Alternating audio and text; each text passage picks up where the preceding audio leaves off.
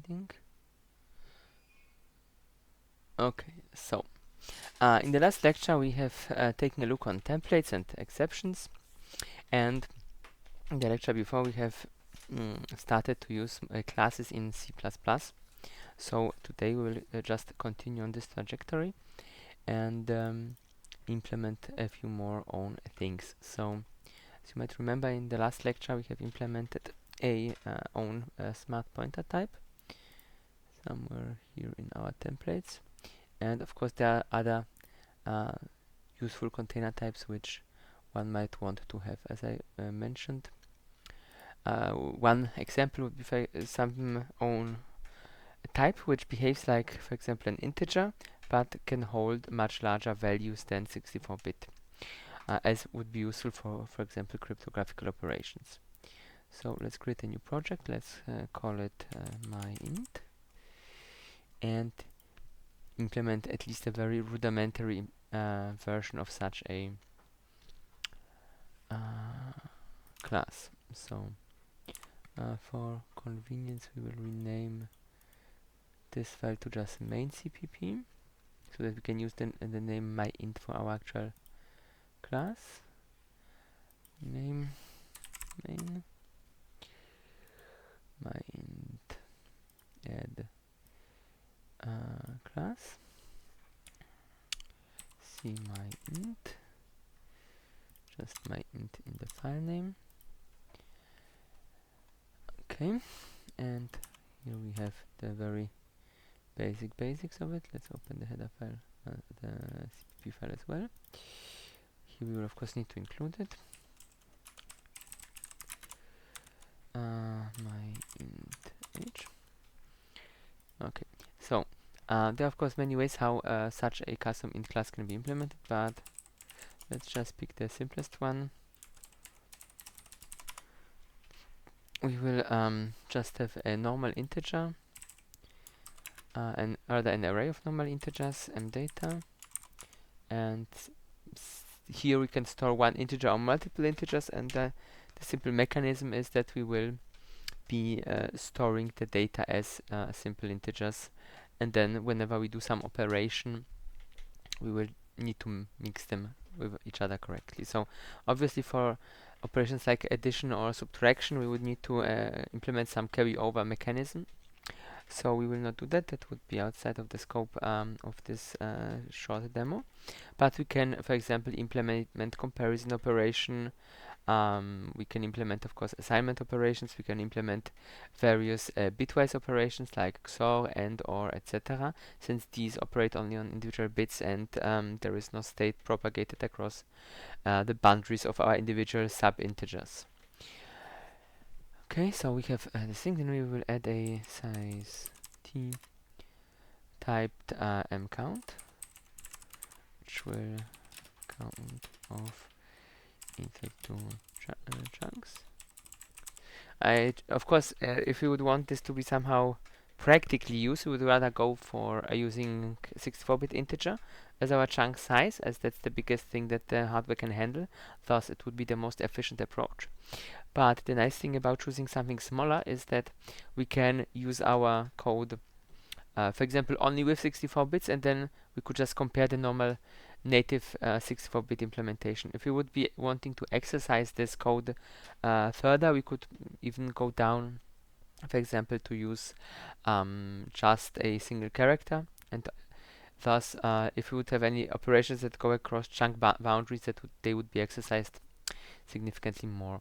And what we can also do is we can use a typedef int t chunk, and then use this type here. This way we can change it in one defined place, and then we can automatically change all the return values, etc., or the argument types just by changing here the one typedef for the t-chunk type. Good. So then of course we'll need a constructor for the whole thing. So see myInt, one that just does not do anything, although here we should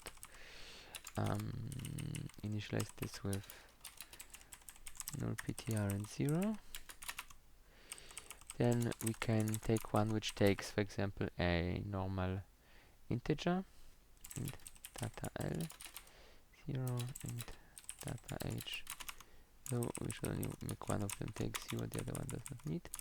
The idea is that here we can pass a high and low value, and thus we can populate a simple structure made out of two chunks using a nice convenient constructor. Then of course for this we will implement this in a CPP file. We can add yet another constructor, just data int64, and here we can delegate this constructor to the one we already made. So the low value is just data and 0x1 2 3 4 5 6 7 8, and the other one is data shifted by 32. One sometimes would also say that this shall be masked with this, but we know that this is just a 64-bit number, so it cannot be big anyways. Thus, we don't need to add additional masking. This masking here we could also in principle skip, since effectively the length will be truncated to int anyways. But if we do such things, then at least the compiler will generate warnings, because it doesn't know that we want this to be done this way. We can also define this constructor as explicit to avoid. So sometimes if you have like this one and you feed it to something that fits both types, like for example a short, then the compiler might complain that it doesn't know which one to take, that the expression is ambiguous. So in such a case, if you specify one of the constructors as explicit, this means it will only work if this actual type is provided as an argument for a constructor, and thus it can use that constructor for its default assumptions and assignments. The next thing we will of course want to add will be a copy constructor. I think we already have roughly seen what this does in our pointer example. We just want a constructor which takes another thingy, and then we will want a destructor so that we can get rid of all the things once we are done using our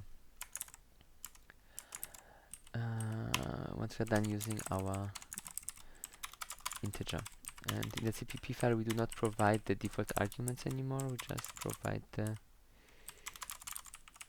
argument types. Okay, so any questions so far? Okay, if there are no questions, then let's quickly proceed. So this one here is missing also its namespace. Right, we already nulled everything, so this we don't need to. So here we will say count is equals to. Technically we could be smart, but that doesn't matter. Let's just keep it simple for now. Data is equals t chunk asterisk malloc size of the chunk times count,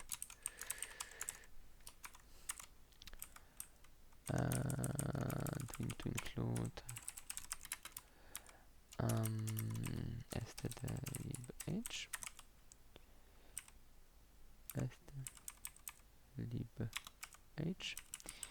Right, so we have this thing, then we know we have the data. In principle, we could now check whether the allocation was successful and throw an error if it wasn't, but just note this as to do.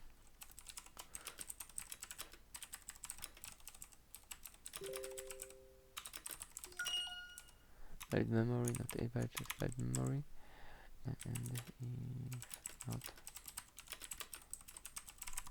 and if not, throw an exception. Right, so then data 0 is equals data low, and data 1 is data high. Maybe I should write this really low, high, so that this is less ambiguous. Low, high. Right. Good. That's good enough. Then we need our destructor. So here we just check if data, then free data. Don't need to do anything else, since the next step is this memory where this lives will be fit anyways. We don't care for setting count to 0 or anything like that. That is completely unnecessary. Before we implement the copy operator, the copy construct, I mean, we can quickly add some more operators, or rather just add operators. We haven't add any yet. So we will start with an assignment operator. So see my int reference operator equals const other. Okay. We could also add a more specific assignment operator, one that consumes 64-bit data. Often when creating such helper types, which are a more powerful version of an already existing type, it is very convenient to implement it such that you can work with the smaller types from the get-go and just assign them or do other operations. And the basic minimum we need is like really the right constructors and the right assignment operators. Sometimes if you want to optimize things, you could, for example, also like implement every mathematical operator twice, like a plus or minus, not only for the myInt type, but also for integers. But this is not necessarily something that would be required to get your code running. So if you have a constructor to make a myInt from a normal int, and then you just write something of type myInt plus int, then the compiler will see, aha, I have a constructor which allows me the conversion, and will do this for you transparently. But the downside, of course, is, as you have seen here, we have some memory allocation, so it would be more costly to do it this way than to having a specialized operator which takes the convenient int type. But here we want rather to demonstrate the mechanisms and not necessarily implement the most efficient way of doing things. So that's why I would just mention this. Right, so let's quickly grab those two and put them here as well. Of course, we also need to add to them the right namespace, otherwise the compiler doesn't know where they belong. And we can start implementing them. So we will start with the simple copy constructor, which we can in fact we could even implement it in the header, because this is a one-liner, or at least it can be a one-liner. It depends how we do it. If we would create a dedicated assign function, we could just call it from both places, but we can also just implement the assign operator and then use it here like this. We just write asterisk that this is equals other, and this will, when it happens, invoke this operator, which we now need to implement. So this is of course quite simple.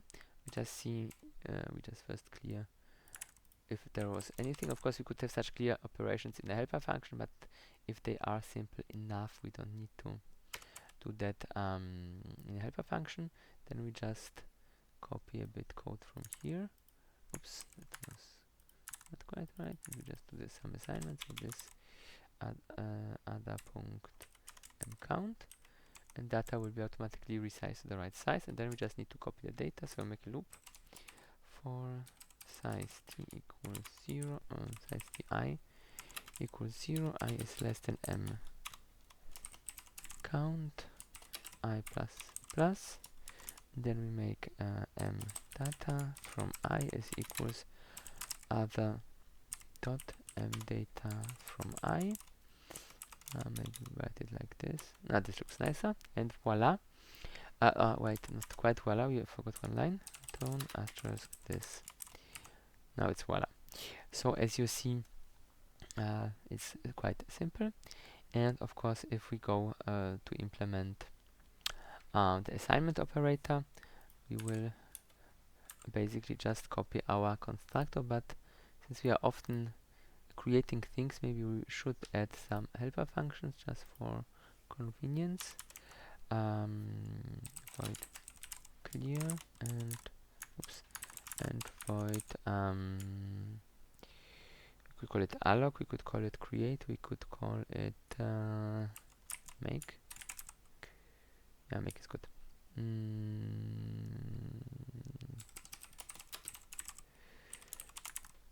Like the hardest decisions are those that have no clear answer, like which name to choose for a function. So many strings to pick.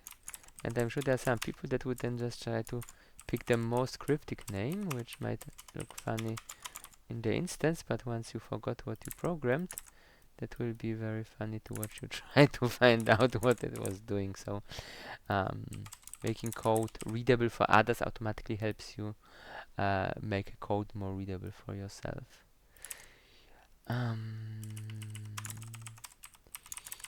And since we have here the things pre-initialized, we can pre-clear, thus we don't need this, we just write make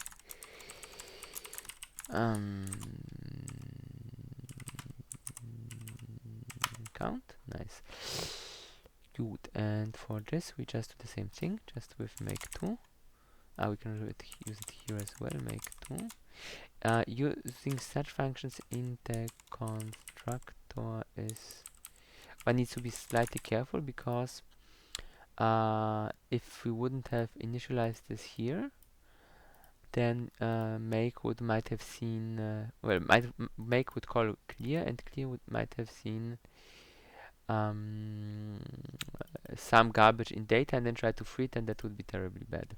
So also we will, by this design, while it's elegant and makes very nicely readable code, the downside is that also we should move this comment. The downside is that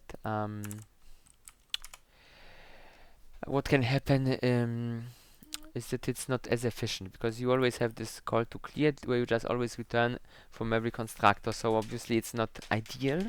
Although if you have a modern compiler and it sees that there is a little code and that this will always be null, it might be smart enough to just inline this code here in the compiled version of your code, not in the and of course in release with optimization and so on.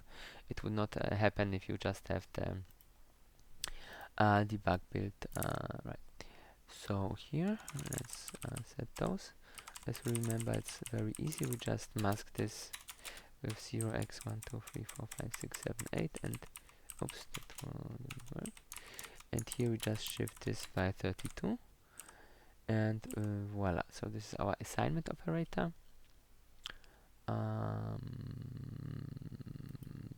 Do we want something else? We could add a function to convert it back to at least a 64-bit integer. But of course this function might fail if the data really are too big. But we can do this. I think it will be convenient for testing, and it will also demonstrate a nice programming pattern that is sometimes useful. So we have our int to int64, and here we can pass a boolean asterisk okay equals null. Oops. So the idea is that we will always get a return, but we can add a parameter which then will be, if it's set, will be then set to whether it was successful or failure, where failure defines that it was truncated. So maybe we should not call this okay, but like yeah, truncated. But oops, but I just like then to call these parameters be okay, like boolean okay. So let's leave it as is. Okay. Of course, no default parameters here, and let's see. So we just need to reverse this. So we create some data which we want to return. We initialize it to 0 just to be on the safe side. And then data or equals this, and then data. Oops, one missing, or equals data1 shifted by 32, but first we need to cast it to int64, otherwise our shift operation will just shift it out and we will just get 0. We could of course kind of optimize this code, for example write it like this. That's reasonably nice.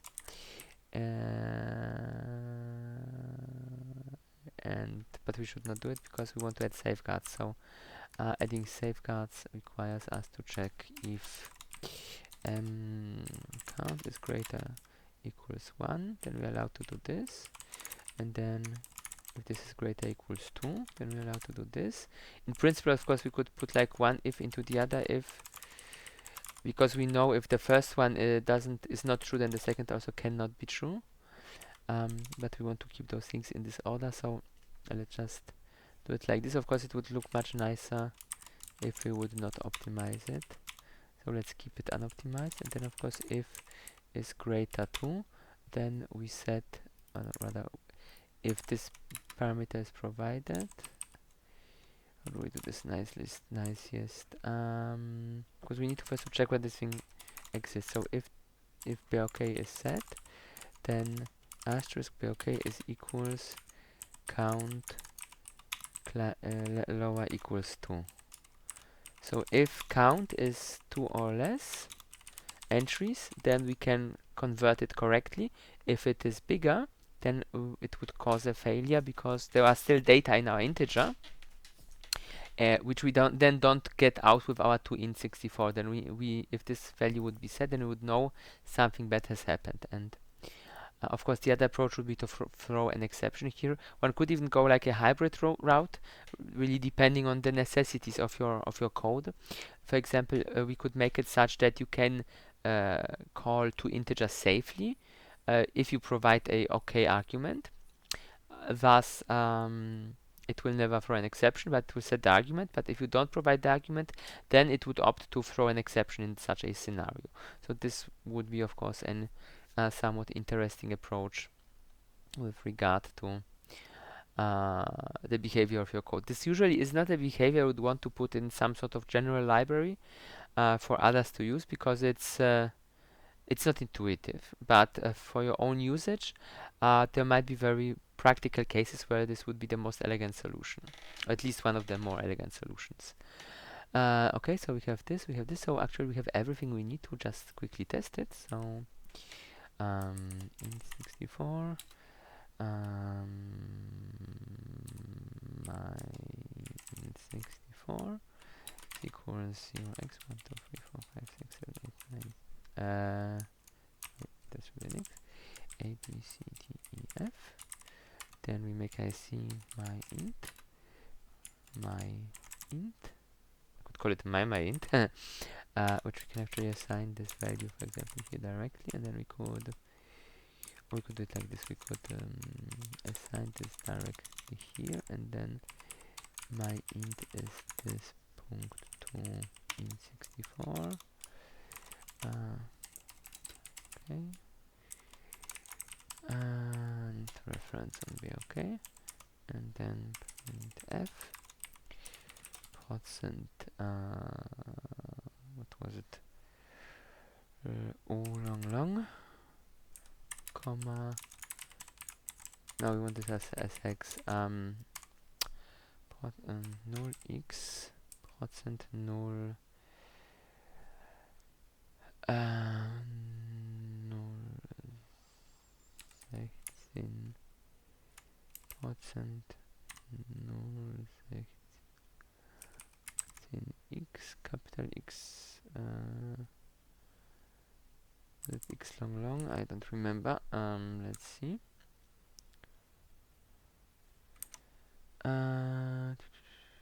Doesn't like this. That's for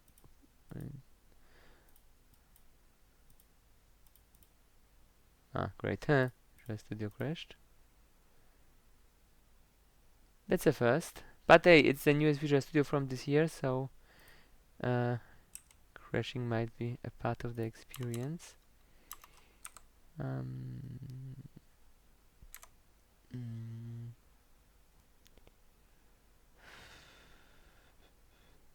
let's quickly open our project from earlier where we had the I think it was in string, so we had all the different specifiers. LLX is the right placeholder. Zack. And it's the complaints. This will be caused here by the order. So null is defined somewhere, and if we include our header first, it doesn't know that null is something. If you would have used null PTR, that would always work, I think. Alright, and here we forgot to return this. Zack. Well, that is not quite right. The high data was not returned correctly, so let's see into which constructor we enter and then what fails. Okay, so we go in here. Okay, we are entering the wrong constructor. That is not great.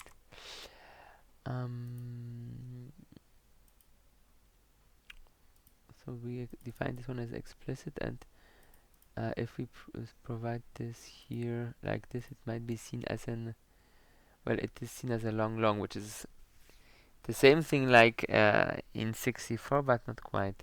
We can make it non-explicit, but this risks that we might run into some ambiguous complaints. Also, it still shows the other one. So let's just go simply just make another one for long.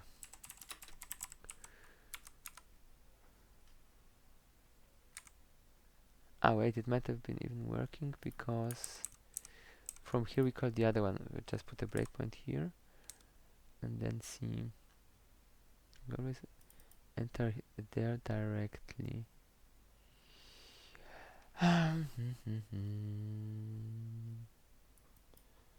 Low, high.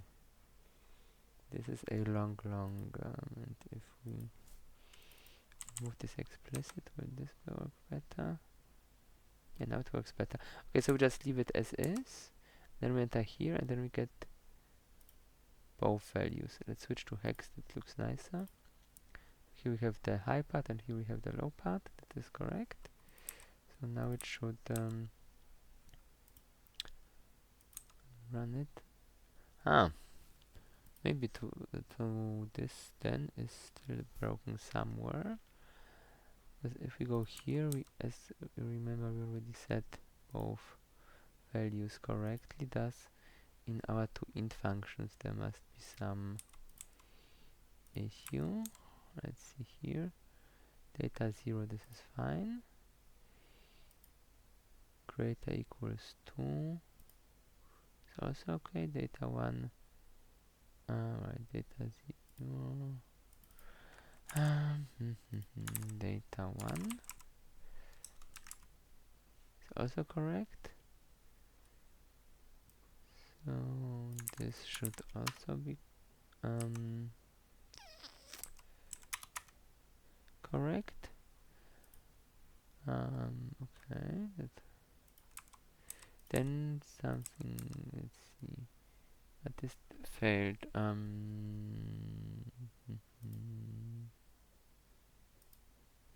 I mean, the simplest fix for this will be to just put the whole thing and cast it to 64-bit to be on the safe side.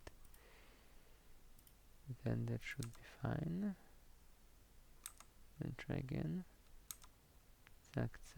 Nope. Still doesn't. Let's enter this line here, and this thing here is correct as well.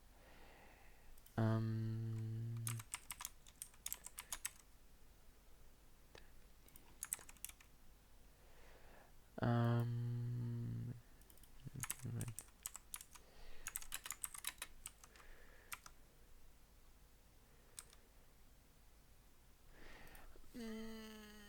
This is shifted correctly. This whole thing is 64-bit, then thus it should work fine with our or operator.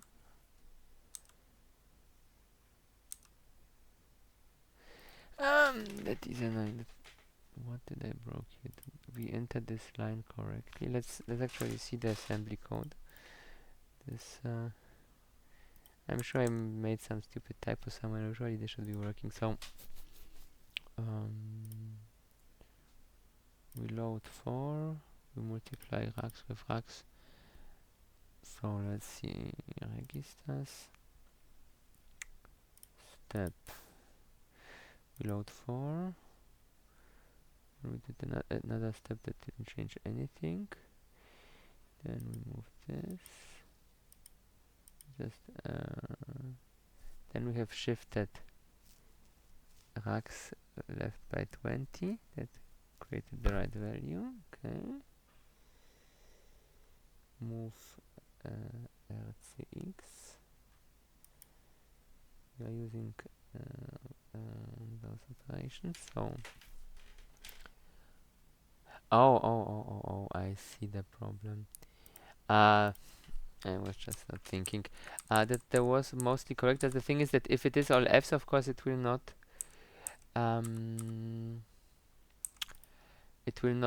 overwrite it. So why is this resulting in the thing being pre-filled with f's?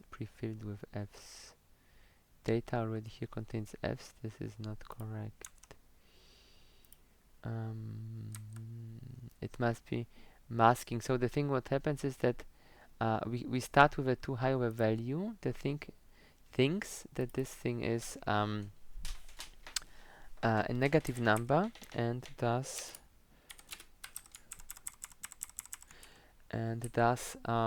pads the beginning with f's.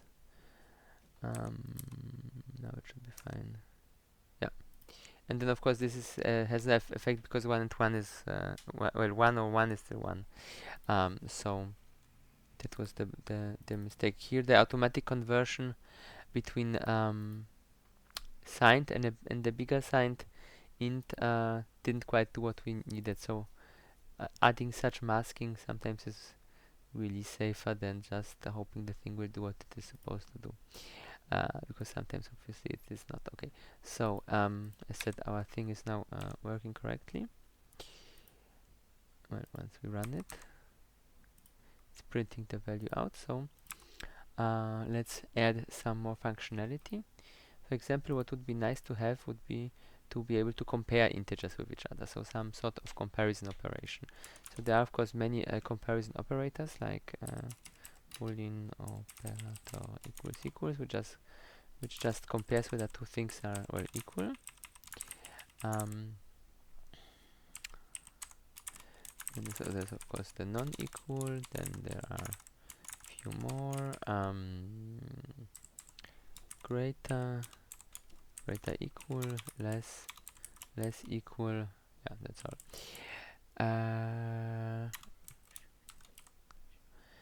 Yeah, and now of course how one would to go about implementing such a thing.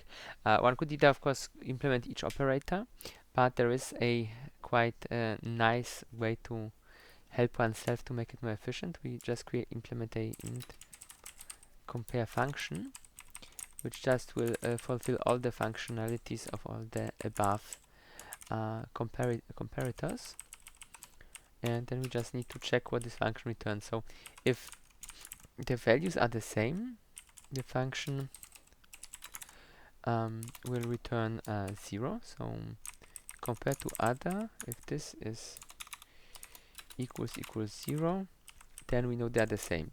Thus, if it returns non-zero, they are not the same. And then it's up to our definition. So we can say, for example, that it always returns a value greater than 0 in this case. So the next case is of course greater equal 0. And then we just flip this for the next case, less than and less than equals 0. And voila, this way we only need to implement the function once. Of course, it adds one function call and one addition comparison, but it's so convenient that it's really worth it. So whenever you have some sort of idea to create some hierarchy of values, then just having a compare function is super convenient. Now, of course, it would depend on how much we want the whole thing to be mathematically correct. So we could implement like a comparison step by step, but what we also can do is use the memCompare function, which in this case with this alignment of bytes will actually yield the right result. memCompare, and this thing really just takes any mdata or the punkt data. So it takes any two buffers of the same length. Of course, this is required. That will need some include. Oops. Things. Yeah. Right. So it takes two buffers of the same size and the count, so that it knows how many bytes to compare, and then it just goes through it and compares all of them. Which of course brings us to the next potential issue. What if the two buffers are not the same size? Well, in that case, we should add some checks, and this is where the whole thing becomes not really that mathematically correct, because we just now will check if mCount is less than is greater, let's say, other dot mCount, then return 1, and if we are in the other wrong case, then return -1. And thus, if they're the same, we arrive here. And the thing is that they might be mathematically the same, just they're different lengths, and one just contains a lot of zeros while at the beginning, while the other doesn't. So here, this is rather a dirty hack than a real proper comparison. To properly compare it, one would need to, for example, start at the least significant bit and compare upwards, or one could also go a smarter approach to check what are the differences in length. So find the shorter length, then check if the higher bits of the longer value, if any, is set, or if none are set, and then make a decision based on this. So I will write this down. This function is not mathematically correct for objects of different count, chunk count. Right. Cute. Any questions so far?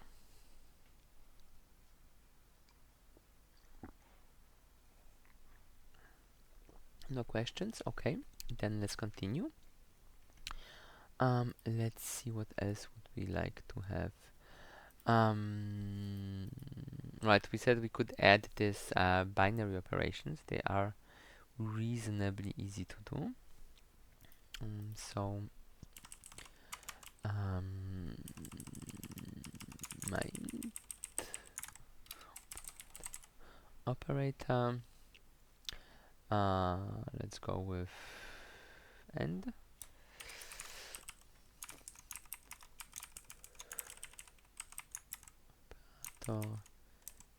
End, and then we also will want to have a operator OR and the operator XOR. Yeah, that is enough for this. And we might of course want to add like these convenience functions, which return, which combines this with an assignment. So like reference like this. So here again we end up in a situation where it is quite user friendly to actually have a function which does this and then just invoke that function. So let's move this here, and this maybe here. Let's go like this. So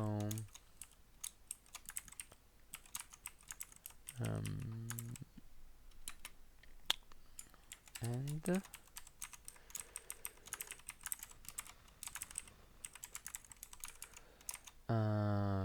or XOR. And I said often such convenience approaches are not necessarily the most efficient ones, but they allow to save on code, so it's nice. So this is the AND, and this is the OR, and this is the XOR, and of course this one. So this one will work differently. Asterisk, asterisk this is equals AND return asterisk this, and then we just repeat this for the other two. Oops. Or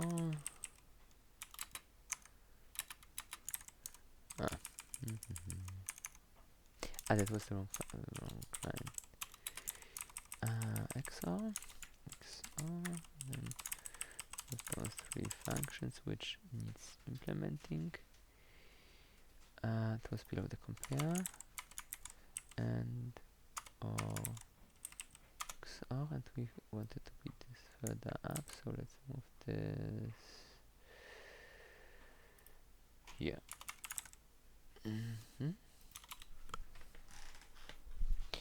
And now, of course, need to implement those functions.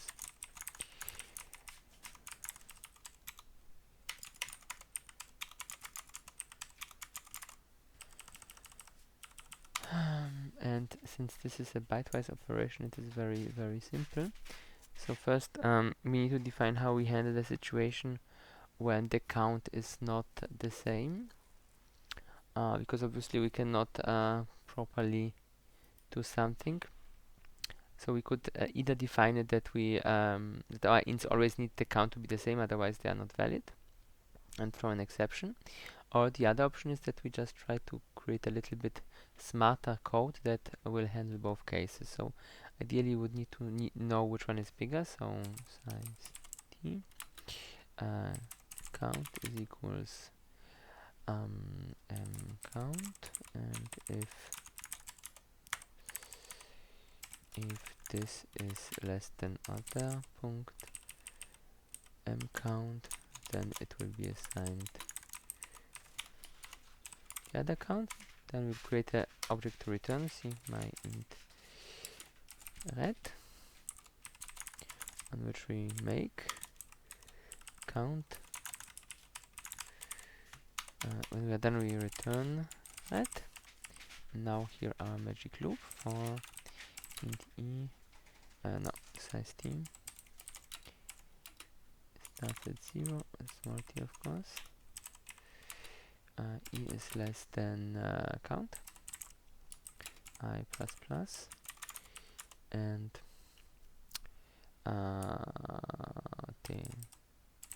the chunk a is equals now we need to ensure that we don't access invalid memory, so we can use a trinary operator. E is less than count, question mark, data from I, else 0. Chunk B is other data. So now we know we will always get a valid value for chunk A and chunk B. But if it's from one of the smaller entry data, then it will be just set to 0 instead of trying to access something invalid. Then of course now we go into our red dot data at I. We know that this is the bigger one, so it always has room. This equals A and B.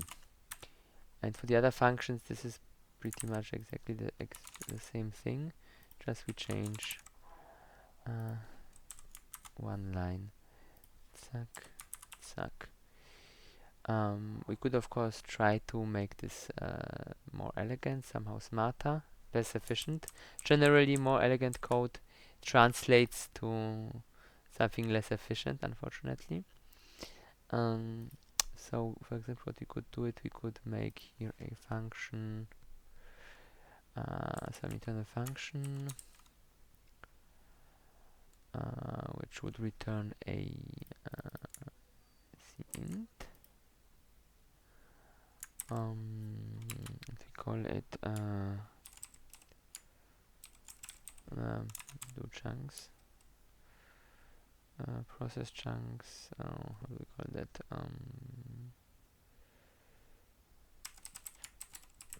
Process chunks. And it would work that it takes something other. We could make it more generic. We could call it just, we give it two arguments, R and R, left and right. We can make it static.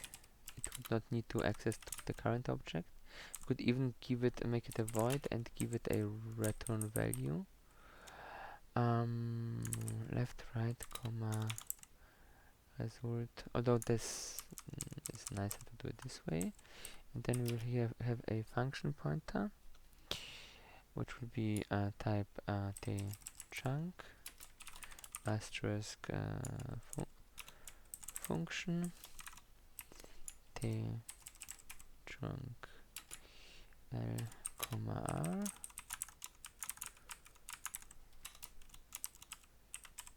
Okay.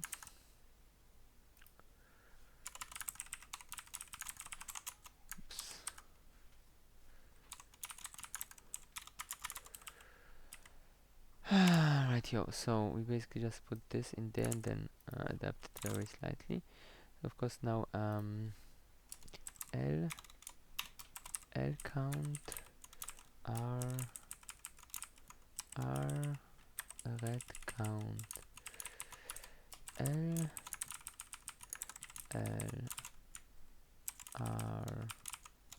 R, and now instead of this function we call our func. So this chunk is equals func from A and B, and since let's go just with small l and small r. Since this is case sensitive, this works nicely. Then we just return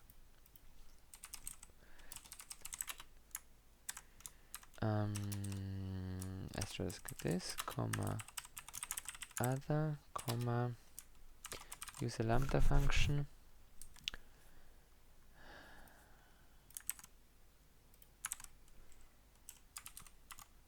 Wait, did this work it?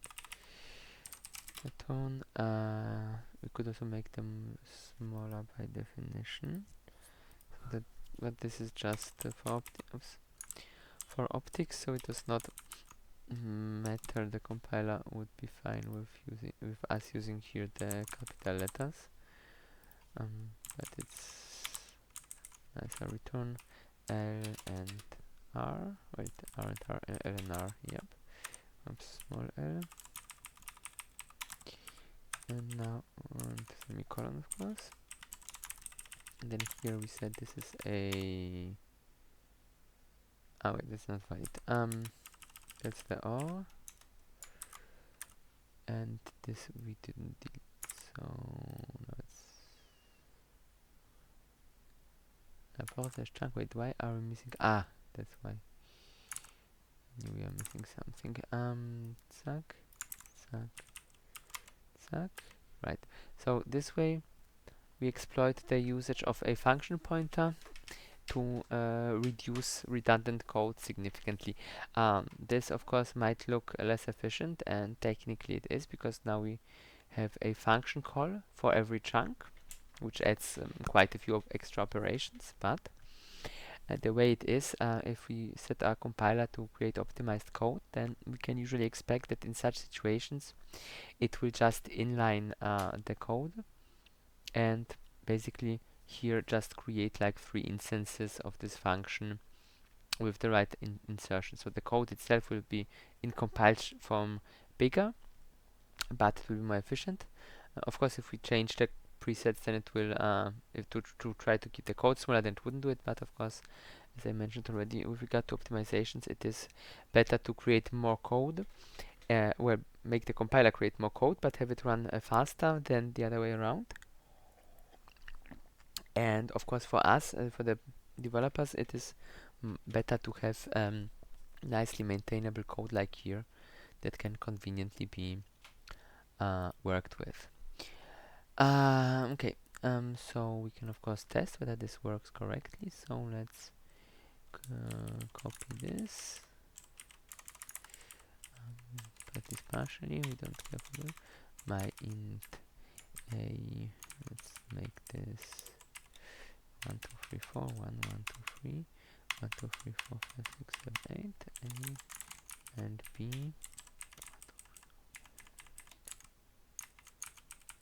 and then we just want this to be. Well, we want a few things. We want we could reuse my int. Okay, we can write my int. This will be capital.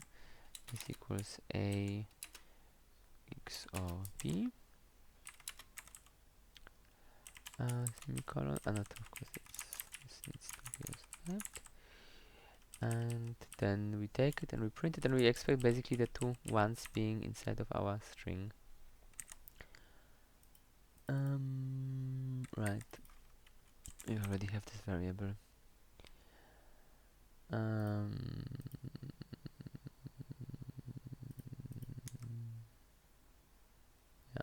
We should add some new line here, and maybe here as well, so that it looks nicer. Yeah, and the leading zeros, the formatting has swallowed, but other than that, as you see, it works okay. And it would also work with much bigger integers, so we could create whatever we want and at least do these very simple operations with it. Compare with will of course also work. That is certain. We don't need to test it. And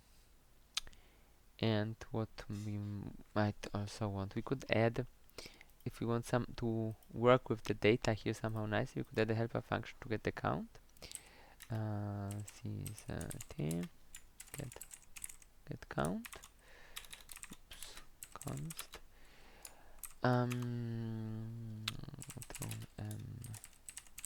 Count.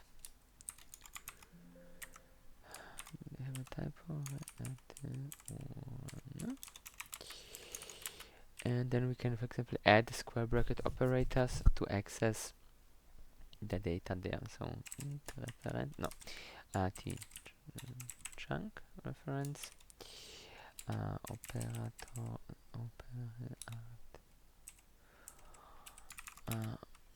typos everywhere. Operator that takes as an argument an int index, and the other one will be const. This will be const, or it just will be a copy and not a reference. That will be more efficient. Now, since the type was defined inside our object, we also need for the type as such to implement the to specify the namespace. How namespaces work I will show you later, and now we need to check if we are allowed to do the operation. So if index, oops, there was a typo in the index. I mean, it doesn't matter if we just keep to the same typo, but it's ugly. So if index is greater or equal m count, then we need to somehow throw an exception or something. And so here let's create an exception structure, something that we can throw. Stocked as int error. And let's use an enum. A int error. I mean, we could directly throw an enum, but sorry, we could directly throw an enum, but it's nicer to wrap it. And let's see, error none equals 0. That will never happen. We are not throwing if it's fine. That will be needed later maybe for something. And what we need here is error out of bounds. Right, then we make this is done. Then we just add here the type a int oops error, and yeah, and then we throw it here. So if this happens, then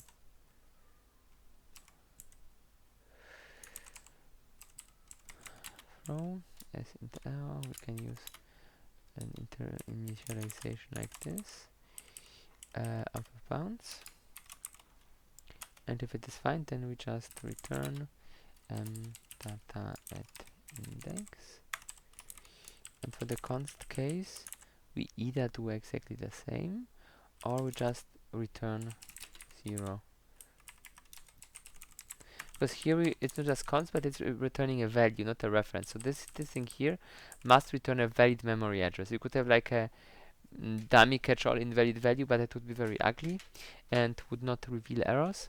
Here this approach is, I think, defensible because it's quite convenient. We could also go another route and force the structure, the object here, to grow, to implement a resize function, such that this condition will always be satisfied unless a memory error happens, which brings me to the next thing. We should add a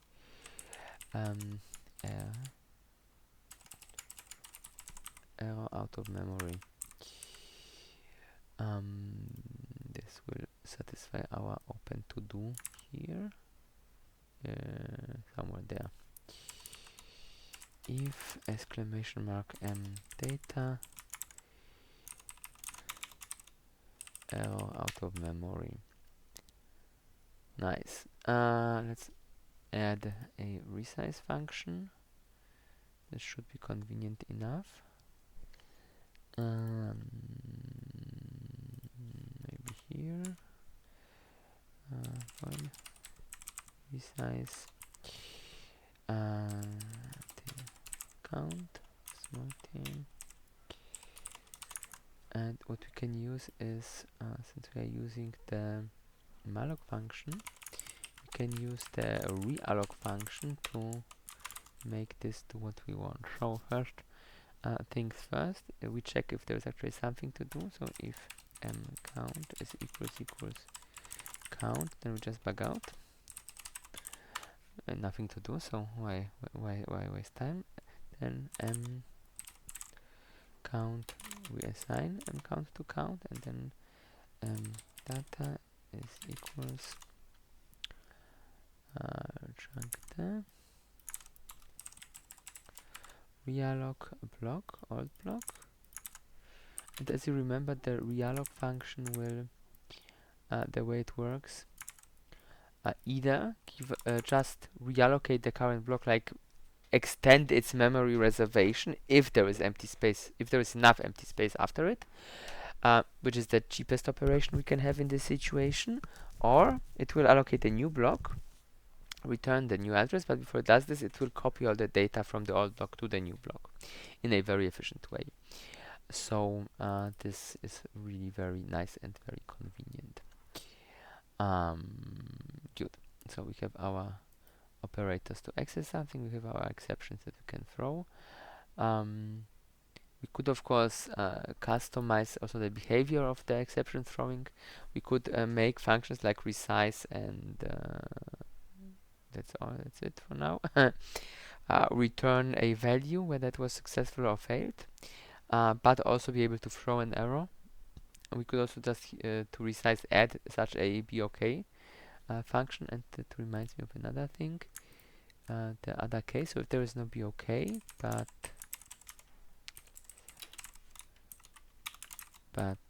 this is greater equals, wait, OK must be smaller. That was a bug. Greater equals 2. No, 2 is fine. That's the index. Right, so if this is greater 2, then we throw, once we found it, our overflow error. Yeah, so that's that. yeah, and aside of adding more complex mathematical operations like plus, minus, multiplication, division, etc., our thingy is done. So I'll quickly just add what we might want as well: plus, minus, asterisk, division, modulo operation. But since those, as said, they are much more complex, we will not be implementing them here.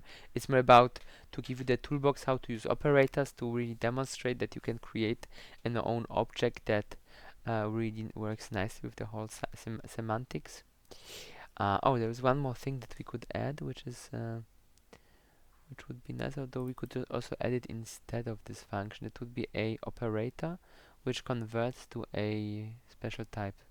Well, to selected type, let's say. Operator. Just write operator and then the type you want to have, and then you can just assign directly. So here we will make a return to int and with null, so it will throw if something happens. So here with this operator now in main, we don't need to go this route, we can just do it like this. And here if we put a breakpoint and see what it does, we will see that it is invoking our operator, and if we step into it, we see that we are then here. So those operators need to be threaded, handled with care, because for example, if you add too many, or you add a boolean operator, you might find yourself often in a situation where it will kind of allow you to do any sort of assignments, even if they are not quite sensical, because they find like a chain of operators that allows for some selected operation in principle. So I would not add operators that convert something to a type, at least not to a standard type, if it can be avoided. In some cases it's necessary. So for example, of course, with our pointer, if we would want to be able to cast the pointer to a normal type, this would be usually safe enough. Here the int64 is also quite nice, but as said, the most problematic operator is the boolean one, so with this one should be careful. On the other side, it's a very nice one, because then you can use your variable inside an if statement directly, without like if is 0 or if dot is valid or if dot whatever is not null. And for pointers, in fact, this is often implemented because they don't have the other types, so usually there is not much opportunity for confusion. So the worst thing that could happen is if you would make some statement with some type which should not be valid, but then the compiler says, oh, I could jam this type into a constructor here, and then this thing gives me an operator to the other type, and voila, winner chicken dinner. The compiler thinks it did you a favor, but in fact it just created nonsensical code. So it is there are things where one should handle them with care. So just well, be careful. Are there any questions? Okay. If there are no questions, then it's time for some homework. So the last lecture there was none. So this lecture there will be twice as much. Or at least a bigger assignment. Create new project. CPP list. Great. Okay, so we have here, we will rename this to main again. Oops. We will, yeah, and by the way, this thing, it's like just a shift operator for integers. This we could also add here.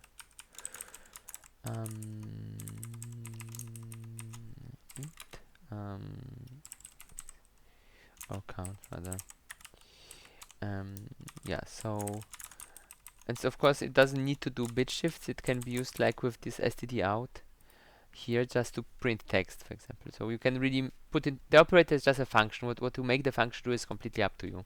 So, and such, the shift operators are very commonly abused to just like make append to string or append to a list, or like here print to output, or print to some device, etc., because it just somehow looks nice, I guess. Right, so let's create a new header. CPP list h. Let's here hash include CPP list h. Good. So the thing here, it will not have much code. The interesting thing will be the CPP part. So template type name t class see my list.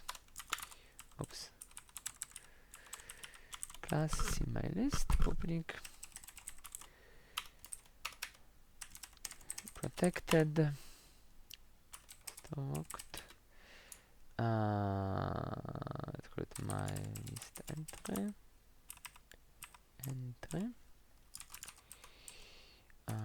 My list and just copy it, too much typing. Next, try to look familiar. Previous and t data. And then of course here we will have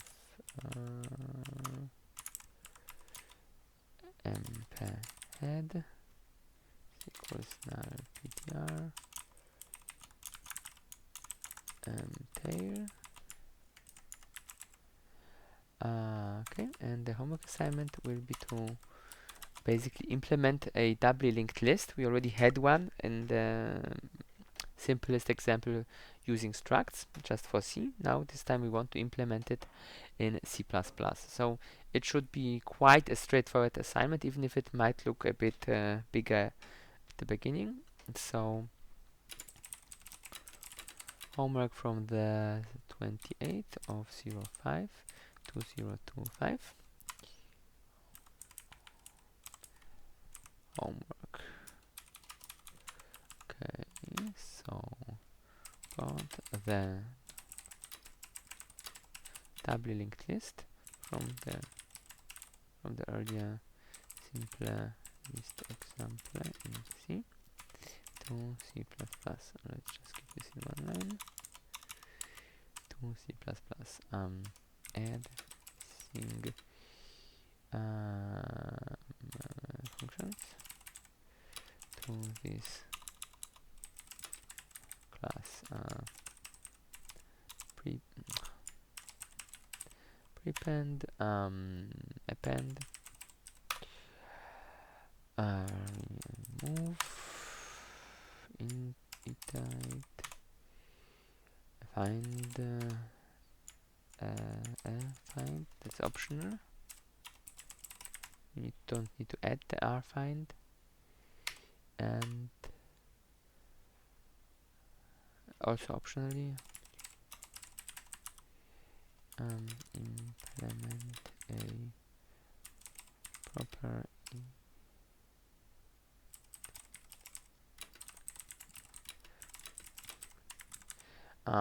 implement a proper iterator mechanism for this class. What this means we will see in a second. Generally it's a way of iterating and referring to elements in a container, which is quite convenient. And if you want, you can implement this for some extra points. Okay, so this is the homework assignment, and now for the rest of the lecture we will take a look on such already created container classes. I said earlier in one of the lectures, C++, especially the more modern versions of C++, basically are designed to always contain the standard template library, and the library is by now a part of the standard. In the very beginnings of C++, it was not. There was no STL. You could write something of your own. There were Microsoft founded class libraries, so like something that Microsoft offered for users of their compilers, but this only was available for Visual Studio or Visual C++. And later people developed an open source alternative, the standard template library, and it became so popular that it's now part of every compiler, including the Microsoft ones, and basically no one is using STL. Sorry, no one is using MFC anymore, since they can use STL, and then they have much more platform independent code. The older versions of the STL were really just container types and algorithms and stuff like that. So the basic things which do not interact with the operating system at all. So they were by their nature platform independent. The modern versions of STL contain file access, um, what else? Threading, synchronization. Not sure about network access if that's already in the standard, but it is becoming more and more universal. So now, of course, it's still only the low-level things. Basically, everything you can do in a terminal application. They don't contain any sort of UI elements, and they do not intend to, so that will probably never come. The MFC from Microsoft was different. It contained a lot of classes to interact with the Win32 UI in a convenient way. So if you want something platform independent here, then I would recommend to take a look on the Qt framework. It is very powerful, and it uses a lot of MFC under the hood. Historically, it also started out more like its own thing. So it offered own versions of various container types, which were really implemented by the Qt team. But nowadays, in very much newer Qt versions, they just wrap STL objects to maintain API compatibility to some extent, and they are not bothering by implementing those things again and again. That would not be a good use of their time, I guess. So let's create a new project for that. Let's quickly, before we do that, close a few of the unneeded windows so that this small virtual machine here is not too busy. So this we can save, made some changes, and then create a new project. Let's call it STL demo. Create new project.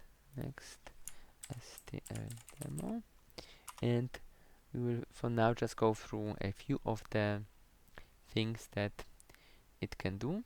But of course, this is a huge library, so there are great many things that it can do, which would take too much time to show all of them. So one thing, you might already see this std out.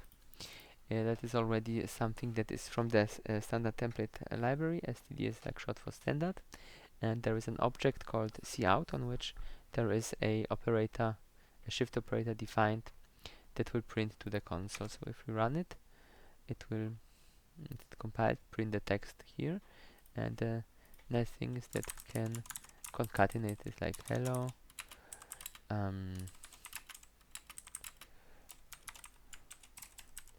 And we can concatenate different types. We can make an integer. We should have a space here. This here is a char, not a string, so we can concatenate another space in here, and then a 123.456. And the thing has, for most of these types, implemented the right shift operator so that it works. So like here we have one for double, one for float, one for long, and so on and so on. So for the typical types. But the more useful, more interesting things are, as mentioned, the container types. So let's start with one of the more simple one. First, of course, we need the right include. So let's include vector, which is basically just an array, but it's a dynamic array and it's safe. So std. And as you see, everything that comes from the std somehow needs from the STL library, it needs this std. This std thing, it's a namespace. Okay, this which you basically define like this. You write namespace, you then write the name of the namespace and open brackets, and then whatever code you write inside this namespace will need to be addressed by this namespace in the same way like a class. The function is inside the class, so any class is basically its own namespace. You can put a class into yet another namespace like they did done here. The vector class is a class in the std namespace, and you use it the same way. So you could write like double point, so std double point vector double point, and then access some static function of vector if vector would have static functions, which it does not, I think. Right. So, and since, as the name suggests, it's a template library, a lot of the most typical types that it is offering are really just templates that require some template arguments. Like for example, this array wants to know, is it an array of integers and an array of pointers, an array of strings, or of what? So we specify in this case for our demo that it's an int, give it a name, and let's use lowercase, and we can resize it. So there are two functions, resize and reserve. So resize will change the size of the array to this size. Reserve will kind of do the same, but in a different way. The object as a smart array, let's say, keeps track of how many elements are in it. So you can always write int underscore vect punct size, and then it will tell you how many entries there are. And if you are adding elements, then worst case would be that each time you add an element, the thing will need to reallocate the entire memory, copy everything over, and so on and so on.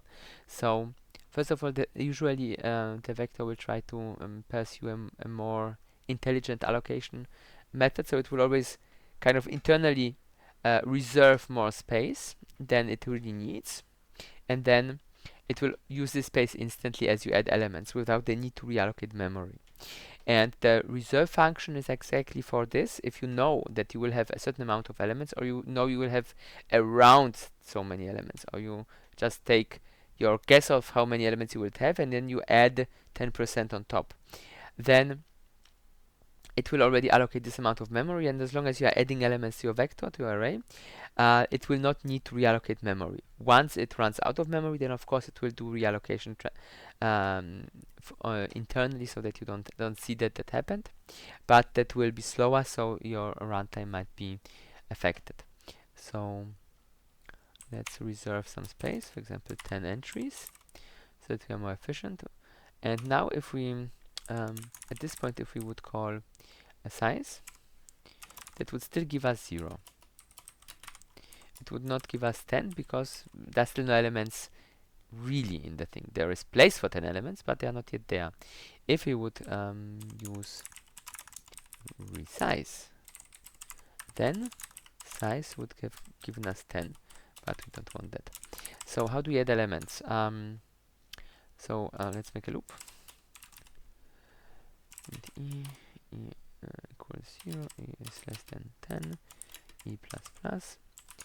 So we want to add 10 elements, and we can use the pushback function. The function names in STL are kind of long and ugly. No other nice way to say it. What is good, I guess, is that it's difficult for them to collide with anything. So usually you would not use such names yourself. So pushback, and then we specify what. So for example, we could just pushback I, and then we could also manually add a few more, like 10, 11, I mean 11, 12, and so on. Yeah, we can, and this is like so this would be super efficient because we already have 10 places. Those 3 would not be that efficient. We can see what its current growth strategy is. So here, before we enter anything, we can see capacity 10 and size is 10. If we add 1, you see capacity is 15 already, size is only 11, so it kind of assumed, okay, let's add 50% on top and see how far this gets us. And here, of course, this is already enough because we are just now adding 12 and we are still far away from a 15. And these operations are fast because they are adding to the end, so it's really very convenient. No memory needs to be copied. But what we also can do is, of course, we could insert at some specified position. So for example, we want to insert, and now we have to somehow specify where to insert. So as you see here, there's this const iterator where. So this is an object which describes a position in a container. And all those containers offer two functions to get an iterator, at least two functions. This is begin and end. So begin will be an object that will be created, which will point to the first entry inside this vector, and end would be an object created to point to the place after the last entry in the vector. So if you have an iterator which is equals end, it's already invalid. It's not the end is not the last entry. End is past the last entry, while begin is the first entry.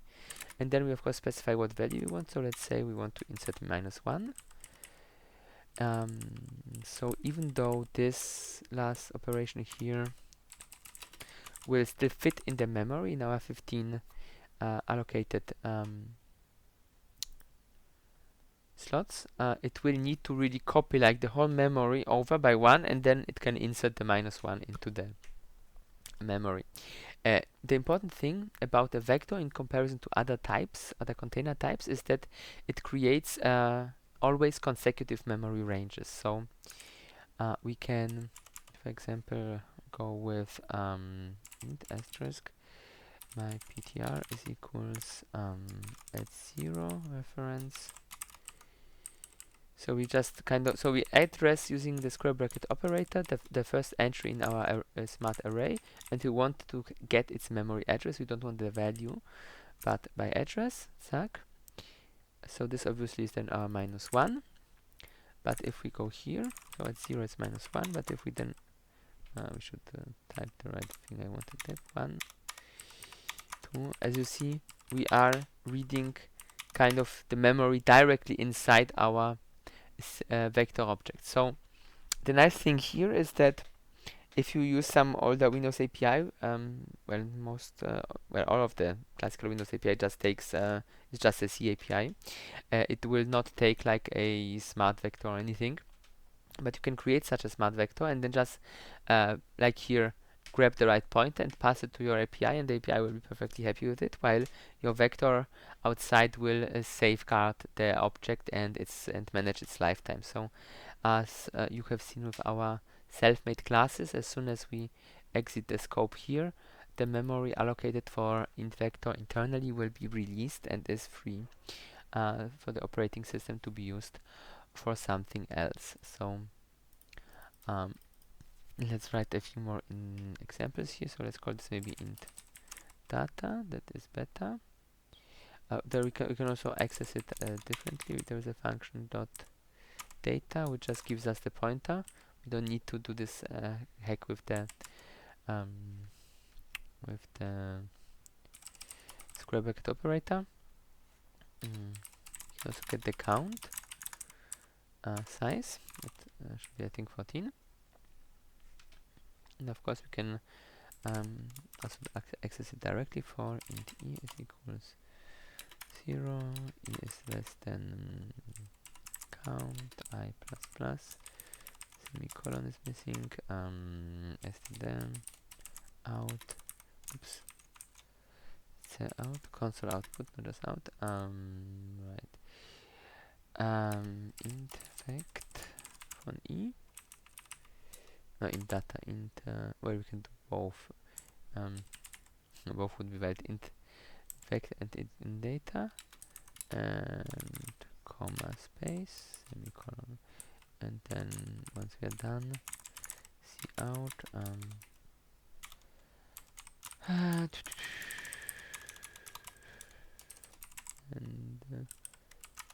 line. So this kind of at some point somewhere it evaluates just for this platform defined new line character. Right. So this is like the raw way of accessing it, and since this thing is a vector, we can also use the square bracket operator. So let's just do this again here. Int vect. We can write here directly int vect size. Yeah, so this would be the other way of accessing it. And now let's see something more exciting, to how we would use the iterators to access to print out the same thing, but before we do it, let's just see that it really works. So as you see, I should have added, I forgot adding a new line here. Let's quickly fix that so that it looks nicely and it's easier to compare. So voila, we are able to print either way. And with the iterators, so we can make a for loop, and I will show you two ways of using them, the old way and the new way, because they are different. And this is also something which is a little bit, let's say, annoying, because iterators can be quite long. So in this case, the right type for an iterator would be like this. I is equals this punct begin, I not equals end, semicolon, punct end, and we can use the plus plus operator to advance the iterator. And this version is supposed to be more efficient than this one. And in case of iterators, this actually is something where the compiler not necessarily might be always optimizing this away, so it's better to use this approach. And then of course inside, so we need to somehow refer to the data the iterator points to, and it's quite easy. On the iterator, the asterisk operator has been implemented, so we can just use asterisk I to access whatever is in there. So if we run it again, zack, we see that our iterators give us the exact same access. And those iterators are like the default way of accessing and managing things inside STL container types. For vector, because it is a consecutive memory type storage, we can also use the index directly, or even just get the data and then go through the memory in an unsafe way. For other container types, like for example a linked list, this would not work. So a linked list, as you know, the object that represents the list only knows the head and the tail of the list. It does not have a way to access some random element in the middle. As I said back then, the only way to go to element number 5 is to start at element 1, go to element 2, to element 3, and then to element 5, which is exceedingly inefficient. Thus, STL types like STL double point list do not contain either square bracket operators or a data function allowing you to access the data directly. There you have to use this iterator, and the idea is that this iterator will hold the reference to the current object from which it has, for example, the pointer to the next and or the previous one. So you can use those iterators and walk usually the list or a map or whatever you have both ways. And normally this would be kind of inconvenient, because you would need to call functions, etc., handle objects, but here through the power of C++, all those housekeeping things are kind of abstracted away, so you just write plus plus or minus minus I, and then the iterator brings you where you want to be, no matter how complex the underlying data structure is. Assuming, of course, it has all features implemented. There might, of course, be iterators which are only implemented to go one way. And also you might think that this is kind of, this done here, not great, because like if you have already the end iterator, then you're starting with an invalid value. And what if you want to go the list the other way around? Well, this is also easy. There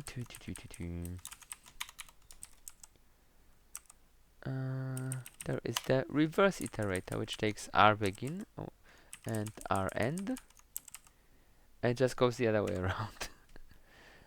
Zack.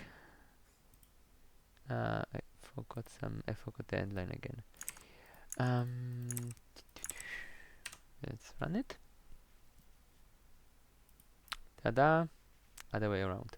And then there's also like the const iterator, which basically behaves like the normal iterator, just that the value it gives you is a const value, so we are not supposed to overwrite it. But in principle, you might be able to do by casting, so I wouldn't recommend it. But as you know, a const is not really a safeguard; it is just more a recommendation. Okay, then of course there are functions not just insert but also array, so that you can remove something. So let's say we are not happy with our -1, so like just arrays, and let's see what it takes as argument. Oops. Let's see what it takes as argument. So we can specify where, so we can specify one iterator, or we can specify a first and the last one. So this means that we could erase a whole section of a list efficiently if we just provide the thing from where to where we want to erase it. Here we just erase the first entry, so the -1 is gone again. And often you will also have like a find, for example, that will give you an iterator to a found object. You can also use iterators to split lists, so that if you want, let's say you have a longer array and you say you want the, let's say, 5th to 10th element and nothing before and nothing after. So there you could use a in some frameworks a function that would then really give you this range as a new list or a new vector. So those things are very powerful. But as said, this way of this notation, I mean, this is still very simple, but as you see, it's kind of ugly. So with modern C++, what you do is you just write auto, and the compiler, just based on the type, and when you go here, you see it knows the type, so it will just then autofill the type for you. And this is a very nice convenience feature, I think, introduced with C11, so it's already 15 years ago, but it makes the usage of iterators, or generally the usage of various STL objects, much more convenient, because you don't longer need to type out those potentially extremely long types. I mean, here I said our demo type was kind of super simple, and yet it was already like 20-ish characters long.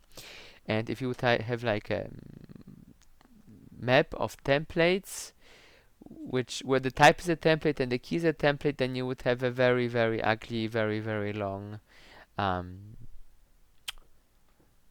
type for your iterator. You could of course use type defs to give aliases to at least some of your subtypes and then collapse this down to a more manageable size, but it's just much more convenient to use this auto keyword nowadays. So yeah, so of course before we proceed, are there any questions?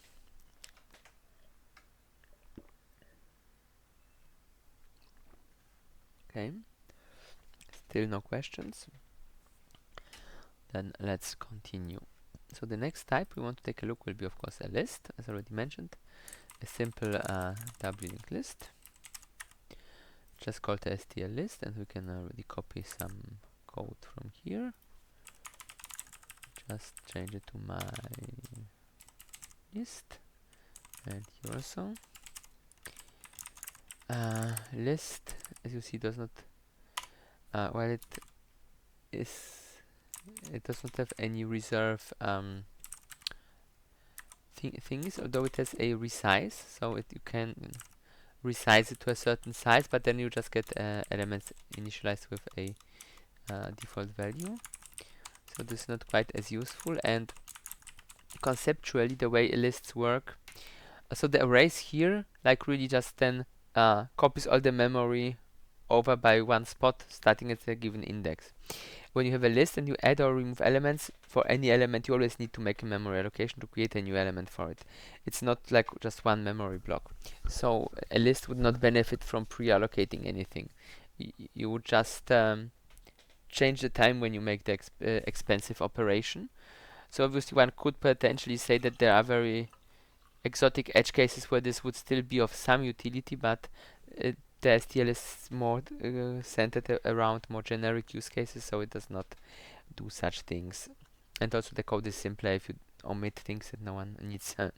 So here each of the operations is just creating a new object, which is then linked to the next one. The thing here still shows them as if they would be an array, but this is just because the IDE Visual Studio understands the internal structure of the list and then creates a nice preview.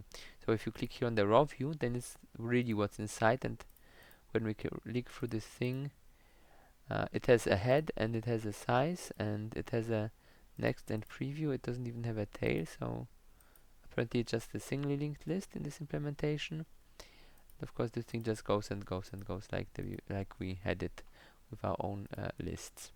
And if you want to print something from this thingy, as said, we can do it more or less the same way as we did here. What we cannot do is we cannot easily insert something in a particular position, but at least what we can do is we can push front -1, so at least we can insert from both ends into this list. So this is quite convenient. I guess since it only had a head variable, how it does it is that when you are in the head element, the previous variable is just used to point back to the tail. This way they are making a more memory efficient implementation. So as said, we can just push front to add something from the other end, and if you want to add something in the middle, that's difficult, but we can do it. Auto li int Punkt begin, and then we just need to advance the iterator step by step. Int e is equals 0, e is less than 4, I plus plus, and then just plus plus list iterator. So as you see, it's inefficient, it's not great, but it is what it is. Insert at the position of LE, and let's say we want to insert the value 1, 2, 3. So this works just okay. We could also say we want to delete an entry. We can go, for example, 2 entries further, and plus plus LE, and then list arrays at LE. So we can do a lot of things with these iterators. It is nicely powerful. Yeah, so and then of course let's just print the content of our list out.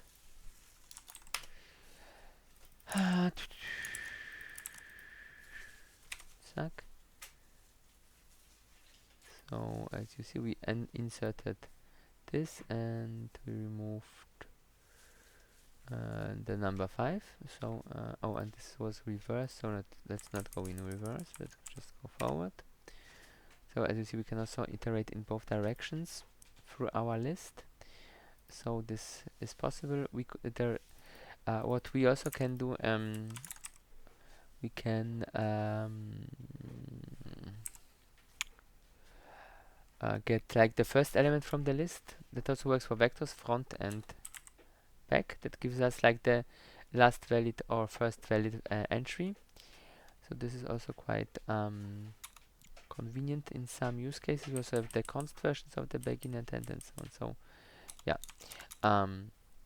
we can do with this list everything that is possible with this type of container type. So it's a very complete implementation of a list, a doubly linked list, since as we have seen, every element has a pointer to the next and to the previous one.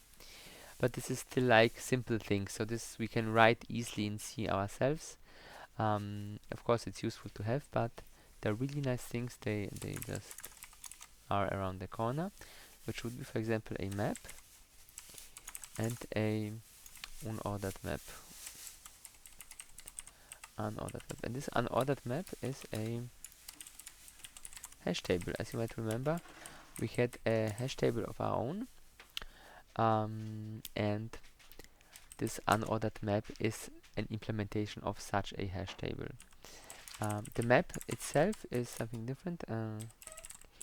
This is a red-black tree, so it gives us certain advantages over a table, but is not as efficient, and maintains an internal order, while an unordered map, obviously as the name suggests, does not have an internal order which would be legible to a human being. There, of course, is an order, but the order is very, um, how to say it, unorderly.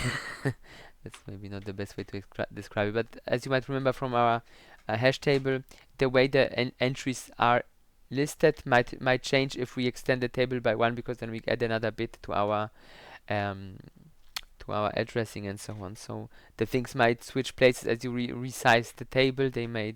Some of the entries might contain nothing. So it's it's a controlled chaos, so to say. And then of course there is a string type which which holds strings. So as you remember,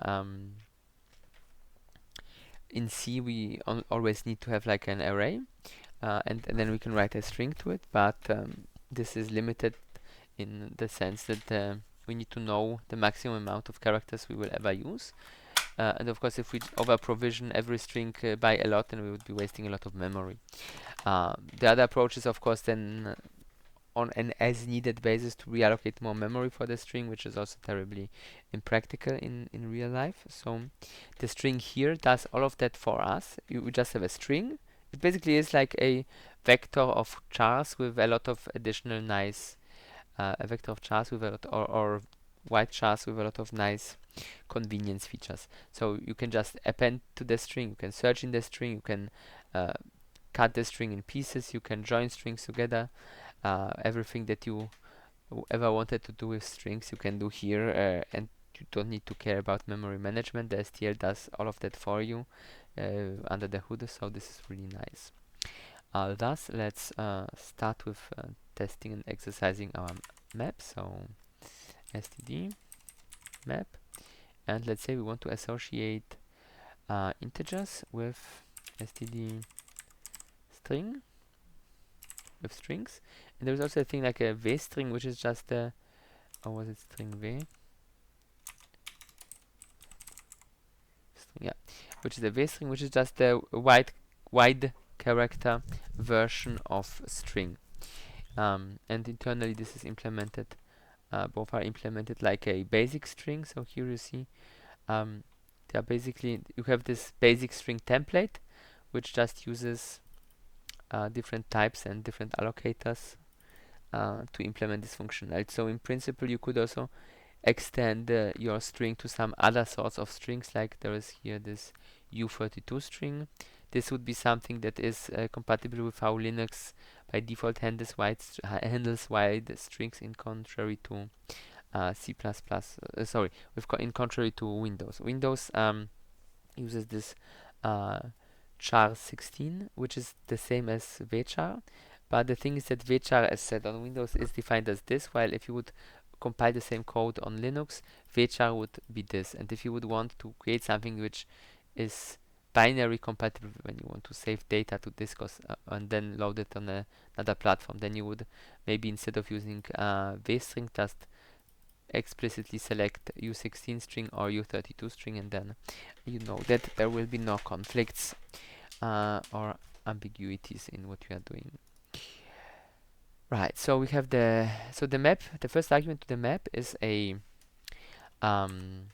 key, and the second one is the value. So the things inside the map will be accessible by this key very efficiently, like in our hash table. So unlike a list, you don't need to go through it or search for it. You can, with very good efficiency, like with the map, it's usually the order of log of n, so the logarithm of the amount of elements you have in a list. That many individual steps or comparison operations you will on average need to do to find what you are looking for. And as you might remember with a hash table, this is even better, because the hash table has basically order 1 insertion time, but the hash table might sometimes need a bit longer time if it wants to grow the table, then needs to do a reallocation, which it normally doesn't. Here, and of course the hash table then contains one own memory object for the hash table itself, and then the entries. Here with a map, with this RB tree, the way this is made is that you only have one object, and those one type of object, and those create a tree structure. The main downside of a map is that when you're inserting objects, kind of analogously to when to the hash table, sometimes needing to recreate the whole table to grow it so that it can accommodate new elements. The RB tree has a different problem. That is that the tree, for the lookup to work and be effective with order log of n, it needs to be balanced, meaning that then the element to which our primary object refers to must be in the center of the value range that the tree contains. And you of course don't know a priori which value this will be, so you just start adding elements, and then if you see that the tree is getting unbalanced, then you are shuffling elements around, and this shuffling around, this balancing, is quite complex, so you need quite much more code than just for a hash table. And this might also need some extra time, but by far not as much time as memory allocation usually needs. And trees usually will try to be always balanced, so they will rather do small rebalancing on every insertion rather than accumulate a lot of that, let's say, and then do a large rebalancing later on. So the insertions usually are quite fast with some variable time component, instead of from time to time having larger time penalties, but much more rarer, like this is more common with hash tables. Okay, so we need to give a name to this, so let's call it my map, and we can already start using it. So to insert something into a map, we can use either the square bracket operator, which is the convenient way. Let's say 1 is equals 1, and 2 is 2, and 3 is 3, 2, 3, 2, 3. But you can also use the insert function, and many frameworks like Qt will have a very nice insert function that just takes a key and it takes a value, and voila, you are happy. But unfortunately, the insert function in the typical STL is a little bit more annoying, because what it wants is a single element, which would be of the type that it will later contain inside the table. So what you need to do is you need to std make pair, and then you can feed to this your the value you want to, the two values, the key and the value. So this is kind of not pretty for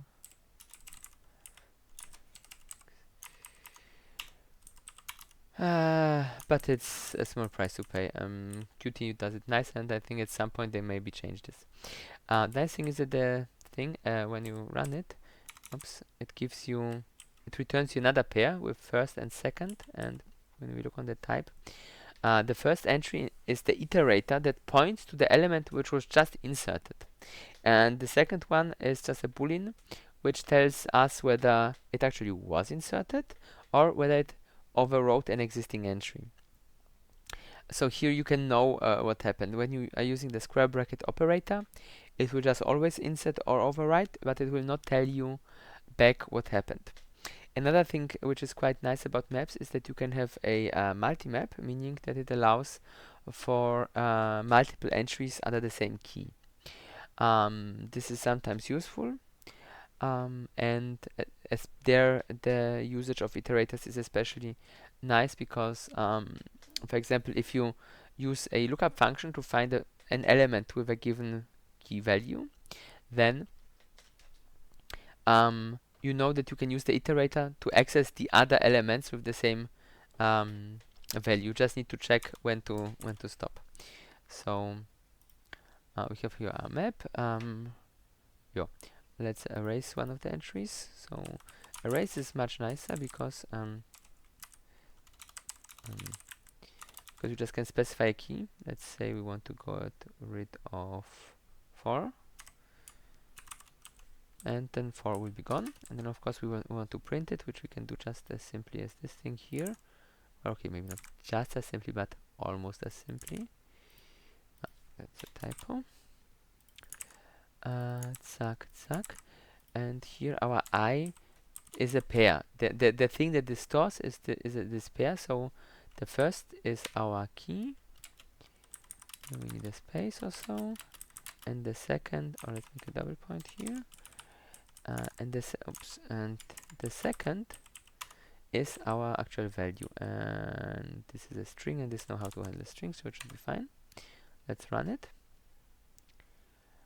Zack. So we see 1, 2, 3, 4 is missing, 5, 6, and the values have been retrieved correctly. So of course now let's exercise the most important feature of a map, its ability to find something. Auto f my map punct map punct find. Now you could of course just use the square bracket operator, because basically it either it inserts or it just finds what's already there, and in either case it gives you a reference to it, to which then you can write or from which you can then read. And the find function is more conservative because it actually finds things, i.e. if it doesn't find it, it will just return you end instead of creating an entry and then still returning you something. So if you want to check if the map contains something, you can just use the find function. Let's say we want to find 3, and then you need to check of course if you actually found it. So if f is not equals end, then we can printf it found double point space f second, zack, and voila, we found 3. We're looking for 3. Nice. Okay, so of course now the next thing, let's start and try out the multimap. So it's very similar, just called multimap. Let's call it mmap here, and insert. Of course, with a multimap you have to use insert, because this thing and the square bracket operator would also just be used to override the first entry that matches the key. It would not insert and insert. So the actual insert is kind of better. So 1, 2, 3, 4, 5. 1, 2, 3, 4, 5, 6, 7. And let's say 1, 1, 2. Oh, 1, 1, 2 2s, 3 3s, and yeah, and 1 4. So now let's print the map, that we see that it really contains multiple identical keys.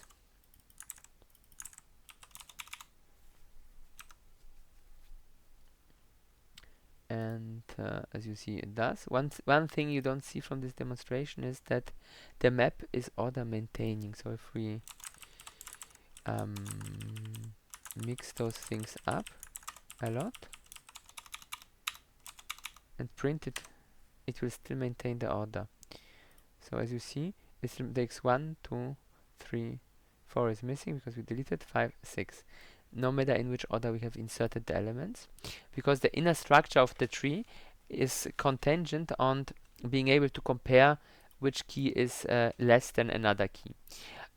Technically, you could say you need less than, equals, or greater than, but if you have only less than, you can always construct the other two from it. So the tree internally will be sorted by the comparison hierarchy of whatever key you are using. Thus, well, we could of course, we don't need to use an integer. We could of course use a string. For a string comparison is implemented, so it would be able to handle it. But if we create some own, completely own type of key, which we can, then for it to work, we would need to implement a comparison operator so that we can use it. So let's quickly try it. We have a little bit time left. So let's create a known key. Doct as my key.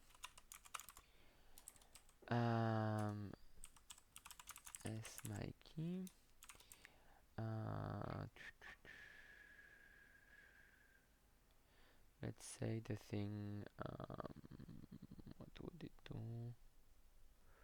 Let's make it take a character. And signed char first and send char value 16 equals 0.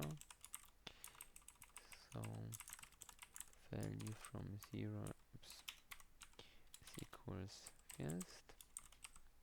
Right. So, and then we just take one of the maps. Let's take this one. My map 2. My map 2 to.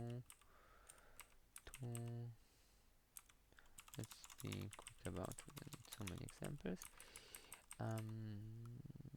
As my key. And of course this is now defined. Now it's fine. And suck. And that's my map 1. Then we want to print it as well. So let's go with the printer there. This thingy, of course, printing will require us to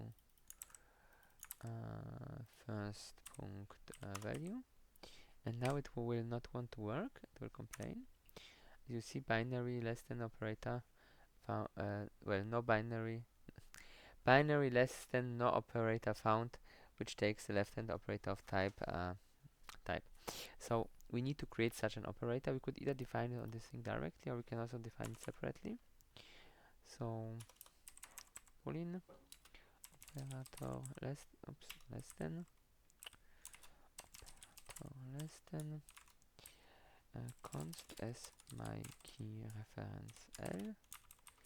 So the operators can also be don't need to be defined on the object. They can also be defined like this, in which case at least some of them.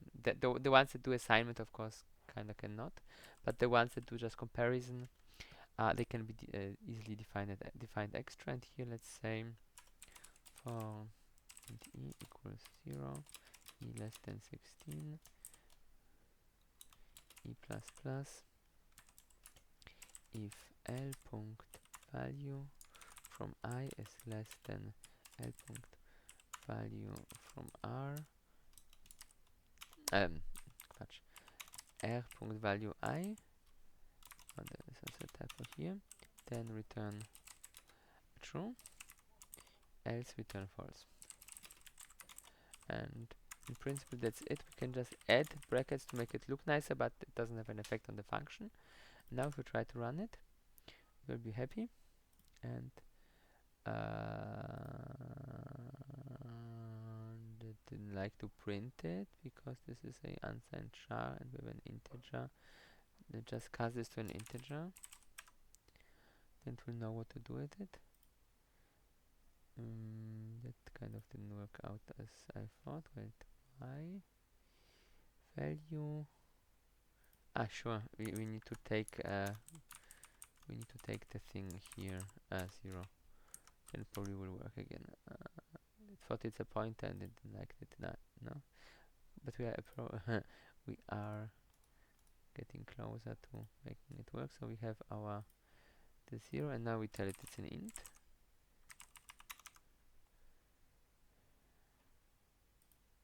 Now it's happy. 1, 2, 3. Right. So that much to this. So as you see, you can create your own any sort of own structure. For example, you could create a structure that represents an IP address. It would be very convenient. I think STL does not have this yet, or whatever else you need. So really, the sky's the limit. If you would want to use a unsorted map, which we can also test quickly, then of course you would need to add a hash function to your key. Let's go with this one.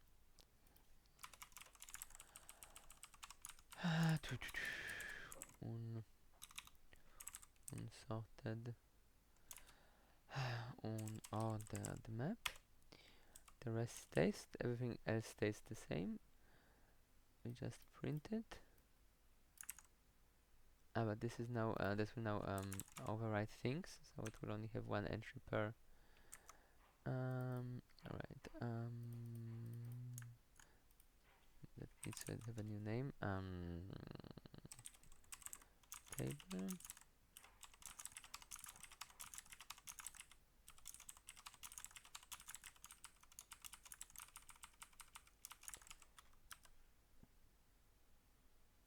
Zack. So it prints 1, 2, 3, and 4. In this case, it even is ordered. But how it will be ordered will really depend on what sort of hash function will be used. And if you would want to use our own key, then we would need to implement an own hash function for our hash. Or what we can do alternatively, we can provide here as one of the arguments the hasher, which would be an object which takes our type and then knows how to generate a hash value from it. We also need an equal to operator, or we provide an equal function, and so on. So the table is a bit more complicated this way, and I'm not sure if they offer multi. Yeah, they have an unordered multi-map that just allows us to send to store multiple entries, like here 1, 1, 1, 2, 2s, 3, 3s, and 4. So as you see, there is quite a nice consistency here in how these things work. Now with this example, what is nice to do is to again look for something, and so let's call it so the idea is we want only to print everything that has the key 2. So let's just copy this, and instead of begin we just enter our loop with find 2, and then we have I is not end, and I first is equals 2. So either it's the end or we arrived at the next key, which is no longer what we want. So this will only print entries for the key 2. So we have two 2s with the value 2 and 3. There are also other quite nice functions which are only defined on maps, not on trees. Lower bound and upper bound, which allows you to find either the key you are looking for or the next best key to it. I think the next smaller key is always, or maybe it was the next bigger key, I don't remember. But this is quite convenient, because this way you can find something inside the map even if you don't have the exact value. And the only difference between the upper bound and lower bound functions is that one finds that key or the next one, while the other one always looks for the next one and ignores a direct match. Okay, we have 10 more minutes, and since the next week is already a holiday, and I think it's better for you to have more time for your final project than less time, I would assign the final project already today, so you will have more time to do it. So let's write it down, or let's create it. Let's maybe create a new project for that. So at the final project you will have more time to do. I said you will have about well, the whole month until the end of next month to finish it, until the end of the lecture. And so we create project. Let's call it fetch my variant. Create.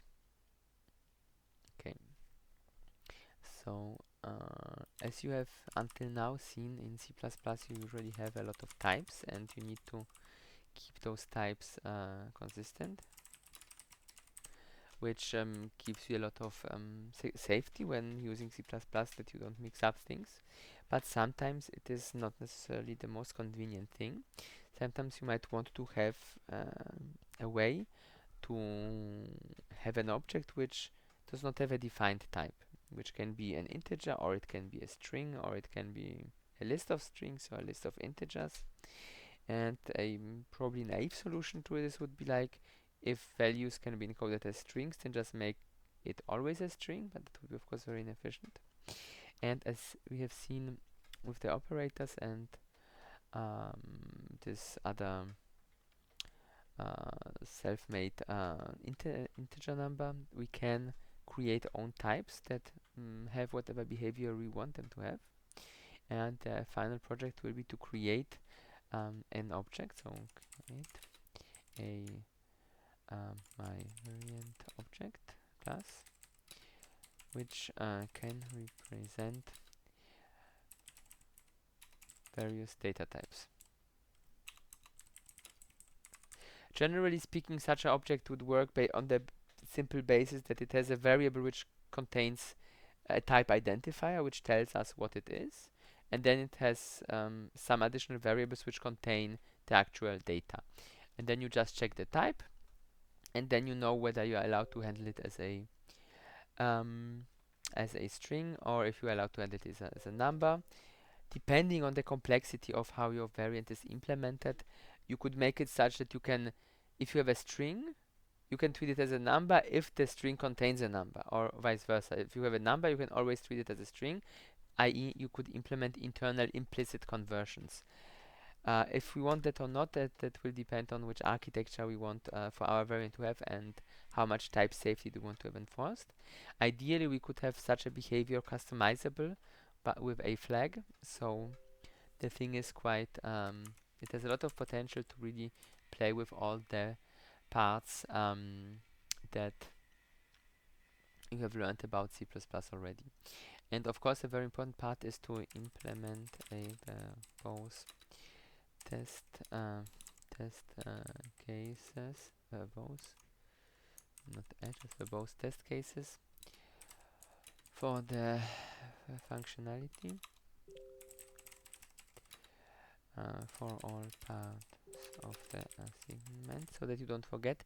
You should write test codes in your either in a separate file or in your main, which will really try to exercise every aspect of your class. So all the conversions, all the assignments. If you have mechanisms which in certain cases are supposed to throw exceptions, you should also exercise this and then catch the exceptions and see if the right exceptions have been thrown, etc., etc. So let's continue with the assignment. So part 1 of the thing is implement support for the following types. One a int 8, that's a char, int 16, that's a short, int 32, it's a normal int 64, also unsigned, so signed and unsigned, p. Float 64, i.e. double, aka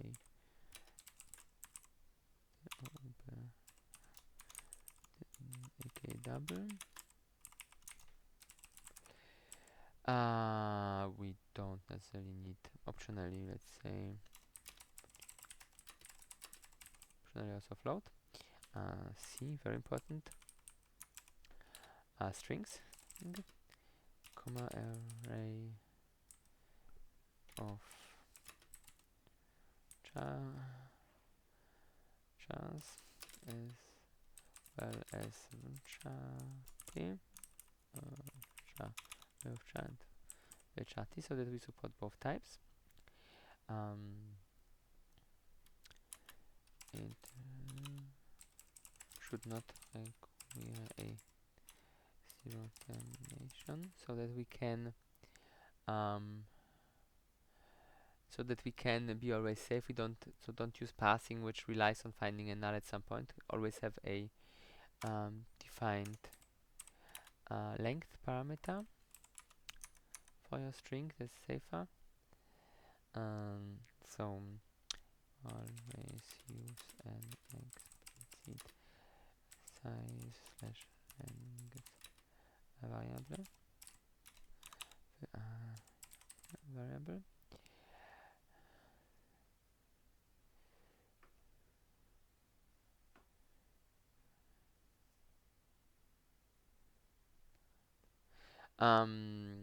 We could in principle require the stored strings to still contain an null termination so that we can easily get the strings out.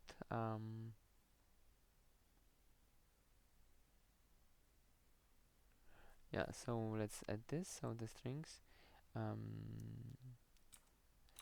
strings, contain a notation of compatibility with C API. So even though you have always your size variable, you will still add a null at the end to be safe that if the string is fed to something else, then it will work nicely. And we also would like a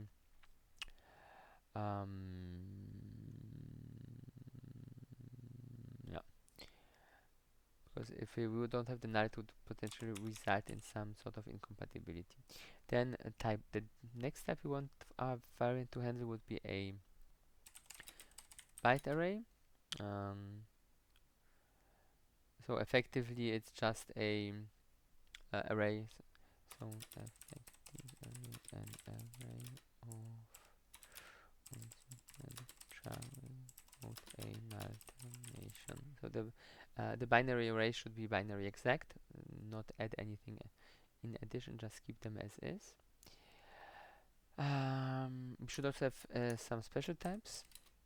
So add support for invalid / empty type. So the idea is basically that you have a type which a newly created variant has, which is defined, but none of the other useful types.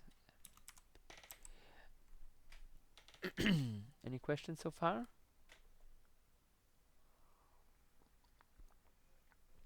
Okay, if there are no questions, then let's continue. The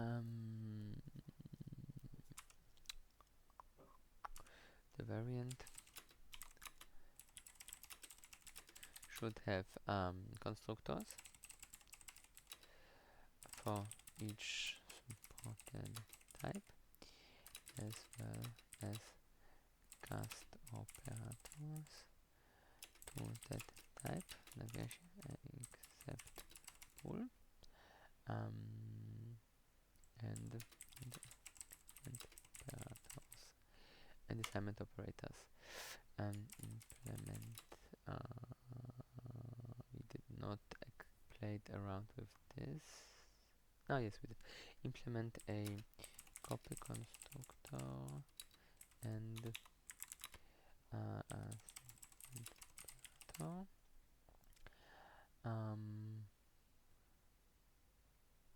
let's make this optionally. Add type specific assignment operators as well, because this kind of an optimization. If you have a constructor for all the types and assignment operator, it will just always call the constructor and then make the assignment. So an operator which an assignment operator which takes those supported types is an optimization, but it will not add truly new functionality. Implement also comparison operators.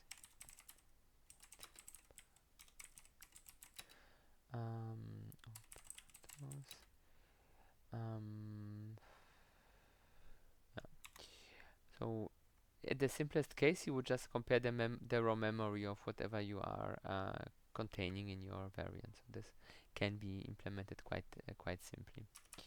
Too.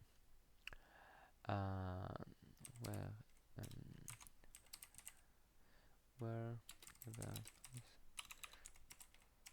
possible,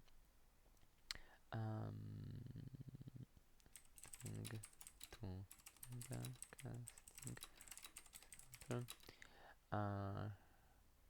whenever possible, add internal conversions like string to number or versa. So that if we have like um, an iterator which contains a number and you want to assign its content to a integer value, so if it contains a string with a number and you want to assign its content to an integer value, then it should convert internally from the ASCII representation of the number to its integer representation and then return the integer value. So I think this is quite a convenient thing. And we should also throw an exception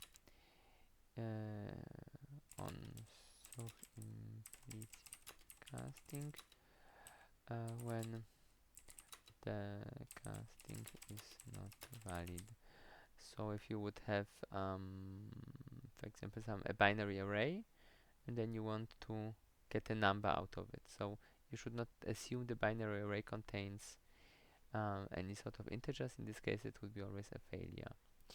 But if you would want to get a binary array of a string, that would be allowable. If you want to get a binary array of a number, that might also be permissible. This is up to you to decide where you think these conversions are appropriate or not. Also, what would be nice would be to provide explicit casting functions like toString, like std string toString, small s.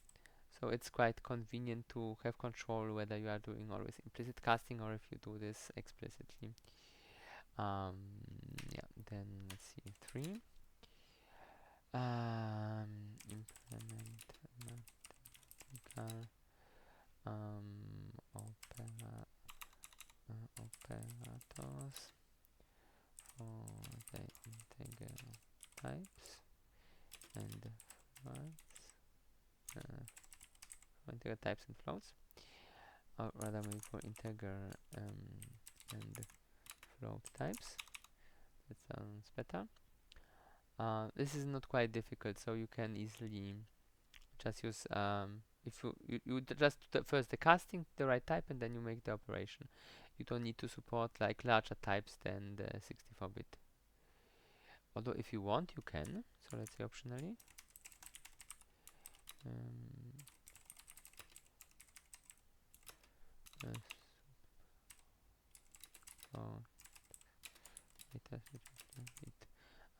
I think this is a lot of work, but if you want to do it, you can do it. For yeah, the variant for the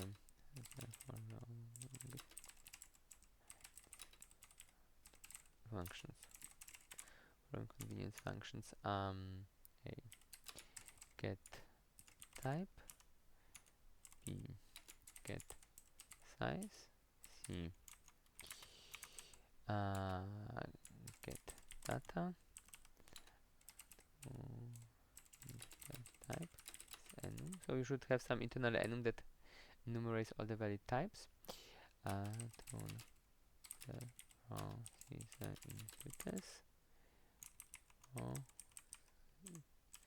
And this is return the raw data buffer. Yeah. Okay. Then of course 5. Throw exceptions on errors. Optionally to configure that. How to configure this behavior. Okay. And part 2. Part 2. Zack. That will be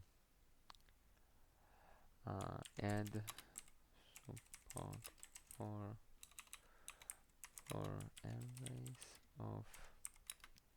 arrays of variants contain an array of, so that you can have a variant which doesn't just contain an array of bytes, but an array of other variants. This is quite nice, and very powerful. So it's nice to have. Add the specify a name for the thing. Yeah, my variant. Reference operator square bracket index as a get index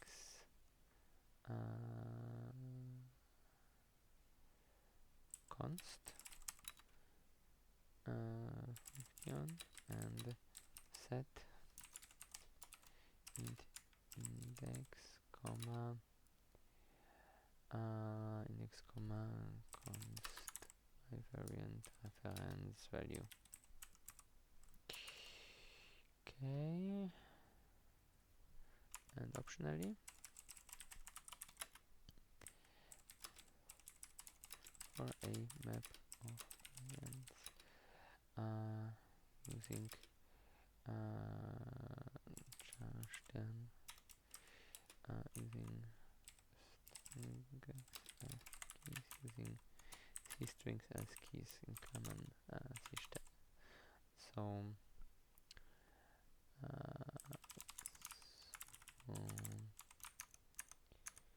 add const Stern key get key and index. Okay, and if you need any hints how to implement it, I can give you some suggestions.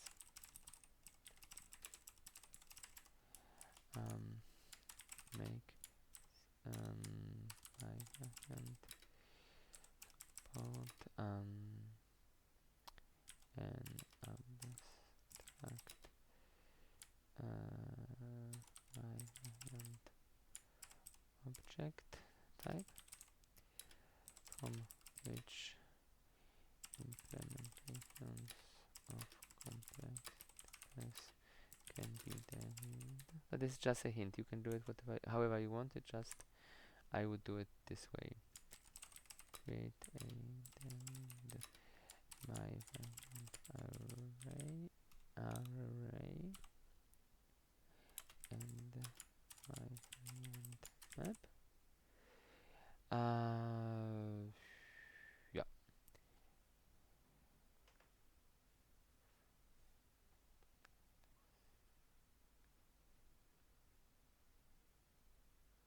And shall we make this simpler? Yes. To store the internal array or map, you can use str vector and str map. So I think this, so we don't want you to waste time on rewriting a RB tree from scratch. You can just create an object of something derived from an abstract variant object. For example, a my variant array and my variant map. In this object, then we'll just have a child member of the type stl vector. Can specify this even more. My variant and map as the string, comma my variant. Yeah. Yo. And this is this final project. So there will be no more homework assigned. You have, I think, enough to do. In the next 3 lectures that we still have, I will show you a few more fancy and hacky things. For example, one very funny thing, how you can interact with C++ using only C. So since everything in C and C++ is very low level, you can do such things. You can just create an own pointer table, you can call functions, you can pass arguments around, etc, etc. So this is, I think, quite a very nice way to learn how C++ really works under the hood, and that it really is just a more, it just is not really different from C in terms of what, how it translates to the machine code. It's just much more convenient and much more powerful. I see there is a question in the chat.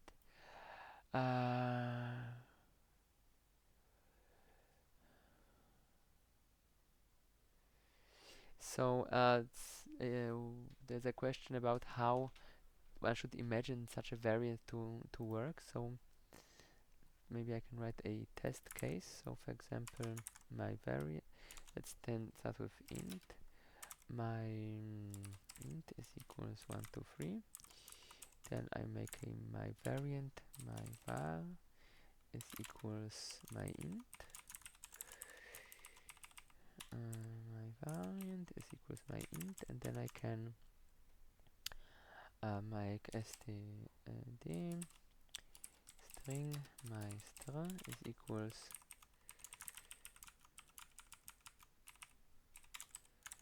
my variant, and then I can print f %s comma my string comma string, and this will print 1, 2, 3 to the console. You could of course here write also to str instead, so both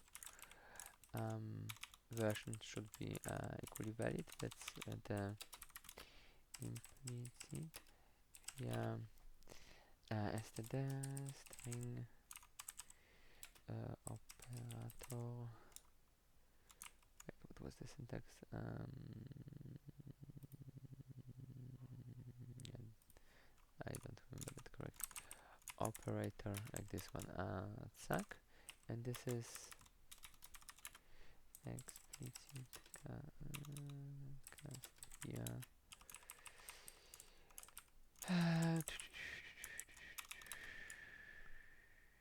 to function. And of course you can also, if you want to have a float, for example my double, my double, have here like my int to double, and then you can print the double %f my double, and so on. Does this answer the question? Yes, perfect. So as you see, those things are really convenient, especially if you also can have a variant which contains an array. So for example, if you would get a variant from somewhere, you could then have some my array. We could have, for example, like an for int e equals 0, e is less than my var count e plus plus, and here we could have like a switch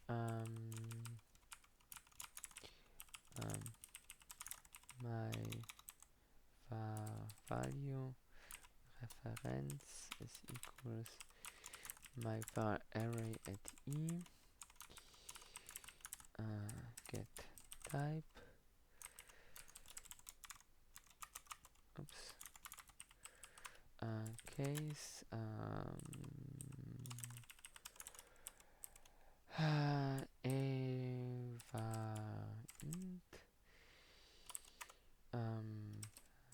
f %d comma to int 32, so that for example we can print its content more efficiently. Str s now the two str is gives us a stl string, so let's go with a c str. um, const char Stern c star function star v s c star v t when uh, and this needs to throw an exception when type is wrong, because we cannot give a C string out like here, because either it's memory we own, then we need to hold on to it, and then we own the memory, then we can give it out like this, then it can be done. But this means the type's already right, the data internally are already in this format. Or we would need to make a copy, but then we need to give out a memory which we don't hold on to, meaning our printf would just then create a memory leak because it would not free this memory. So such a accessor function like the C-string here would necessarily require to fail with an exception if the internal buffer does not contain chars or vchars respectively. We can do, of course, the same with float. Float f2 double. I would not make a different distinction in float 32 and float 64 if we want because like float 32 for most application is not good. I mean, for a computer game it's fine, but for nothing scientific or so, then it's just too unprecise. So just always go with double, unless you want to do something with AI. Then a 8-bit float often is already good enough, but we don't have hardware support for that anyway. So for simplicity, except of course for strings and arrays, we should here only add support for well-supported types. That is this type. Then we could also have like var array, var bytes, to do. Okay, and the default. Let's be made.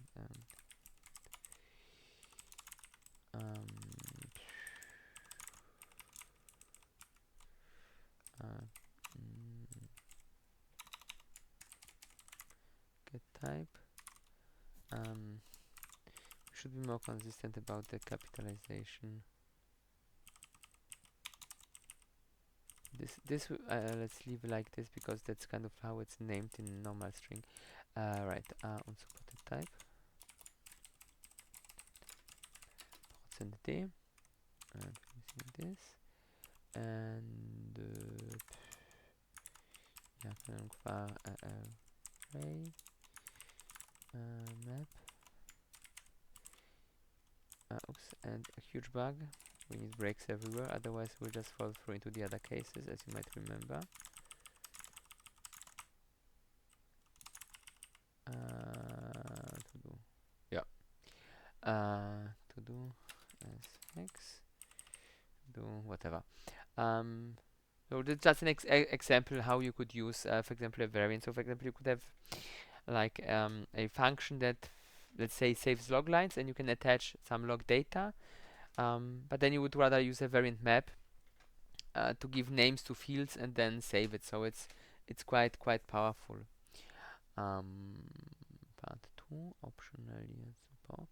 One thing that is also fun is if you would want to serialize those things to a file and read them from a file. But I think this already is enough work. So I think adding file serialization and deserialization we don't need to make part of the assignment at all. Okay, any other questions?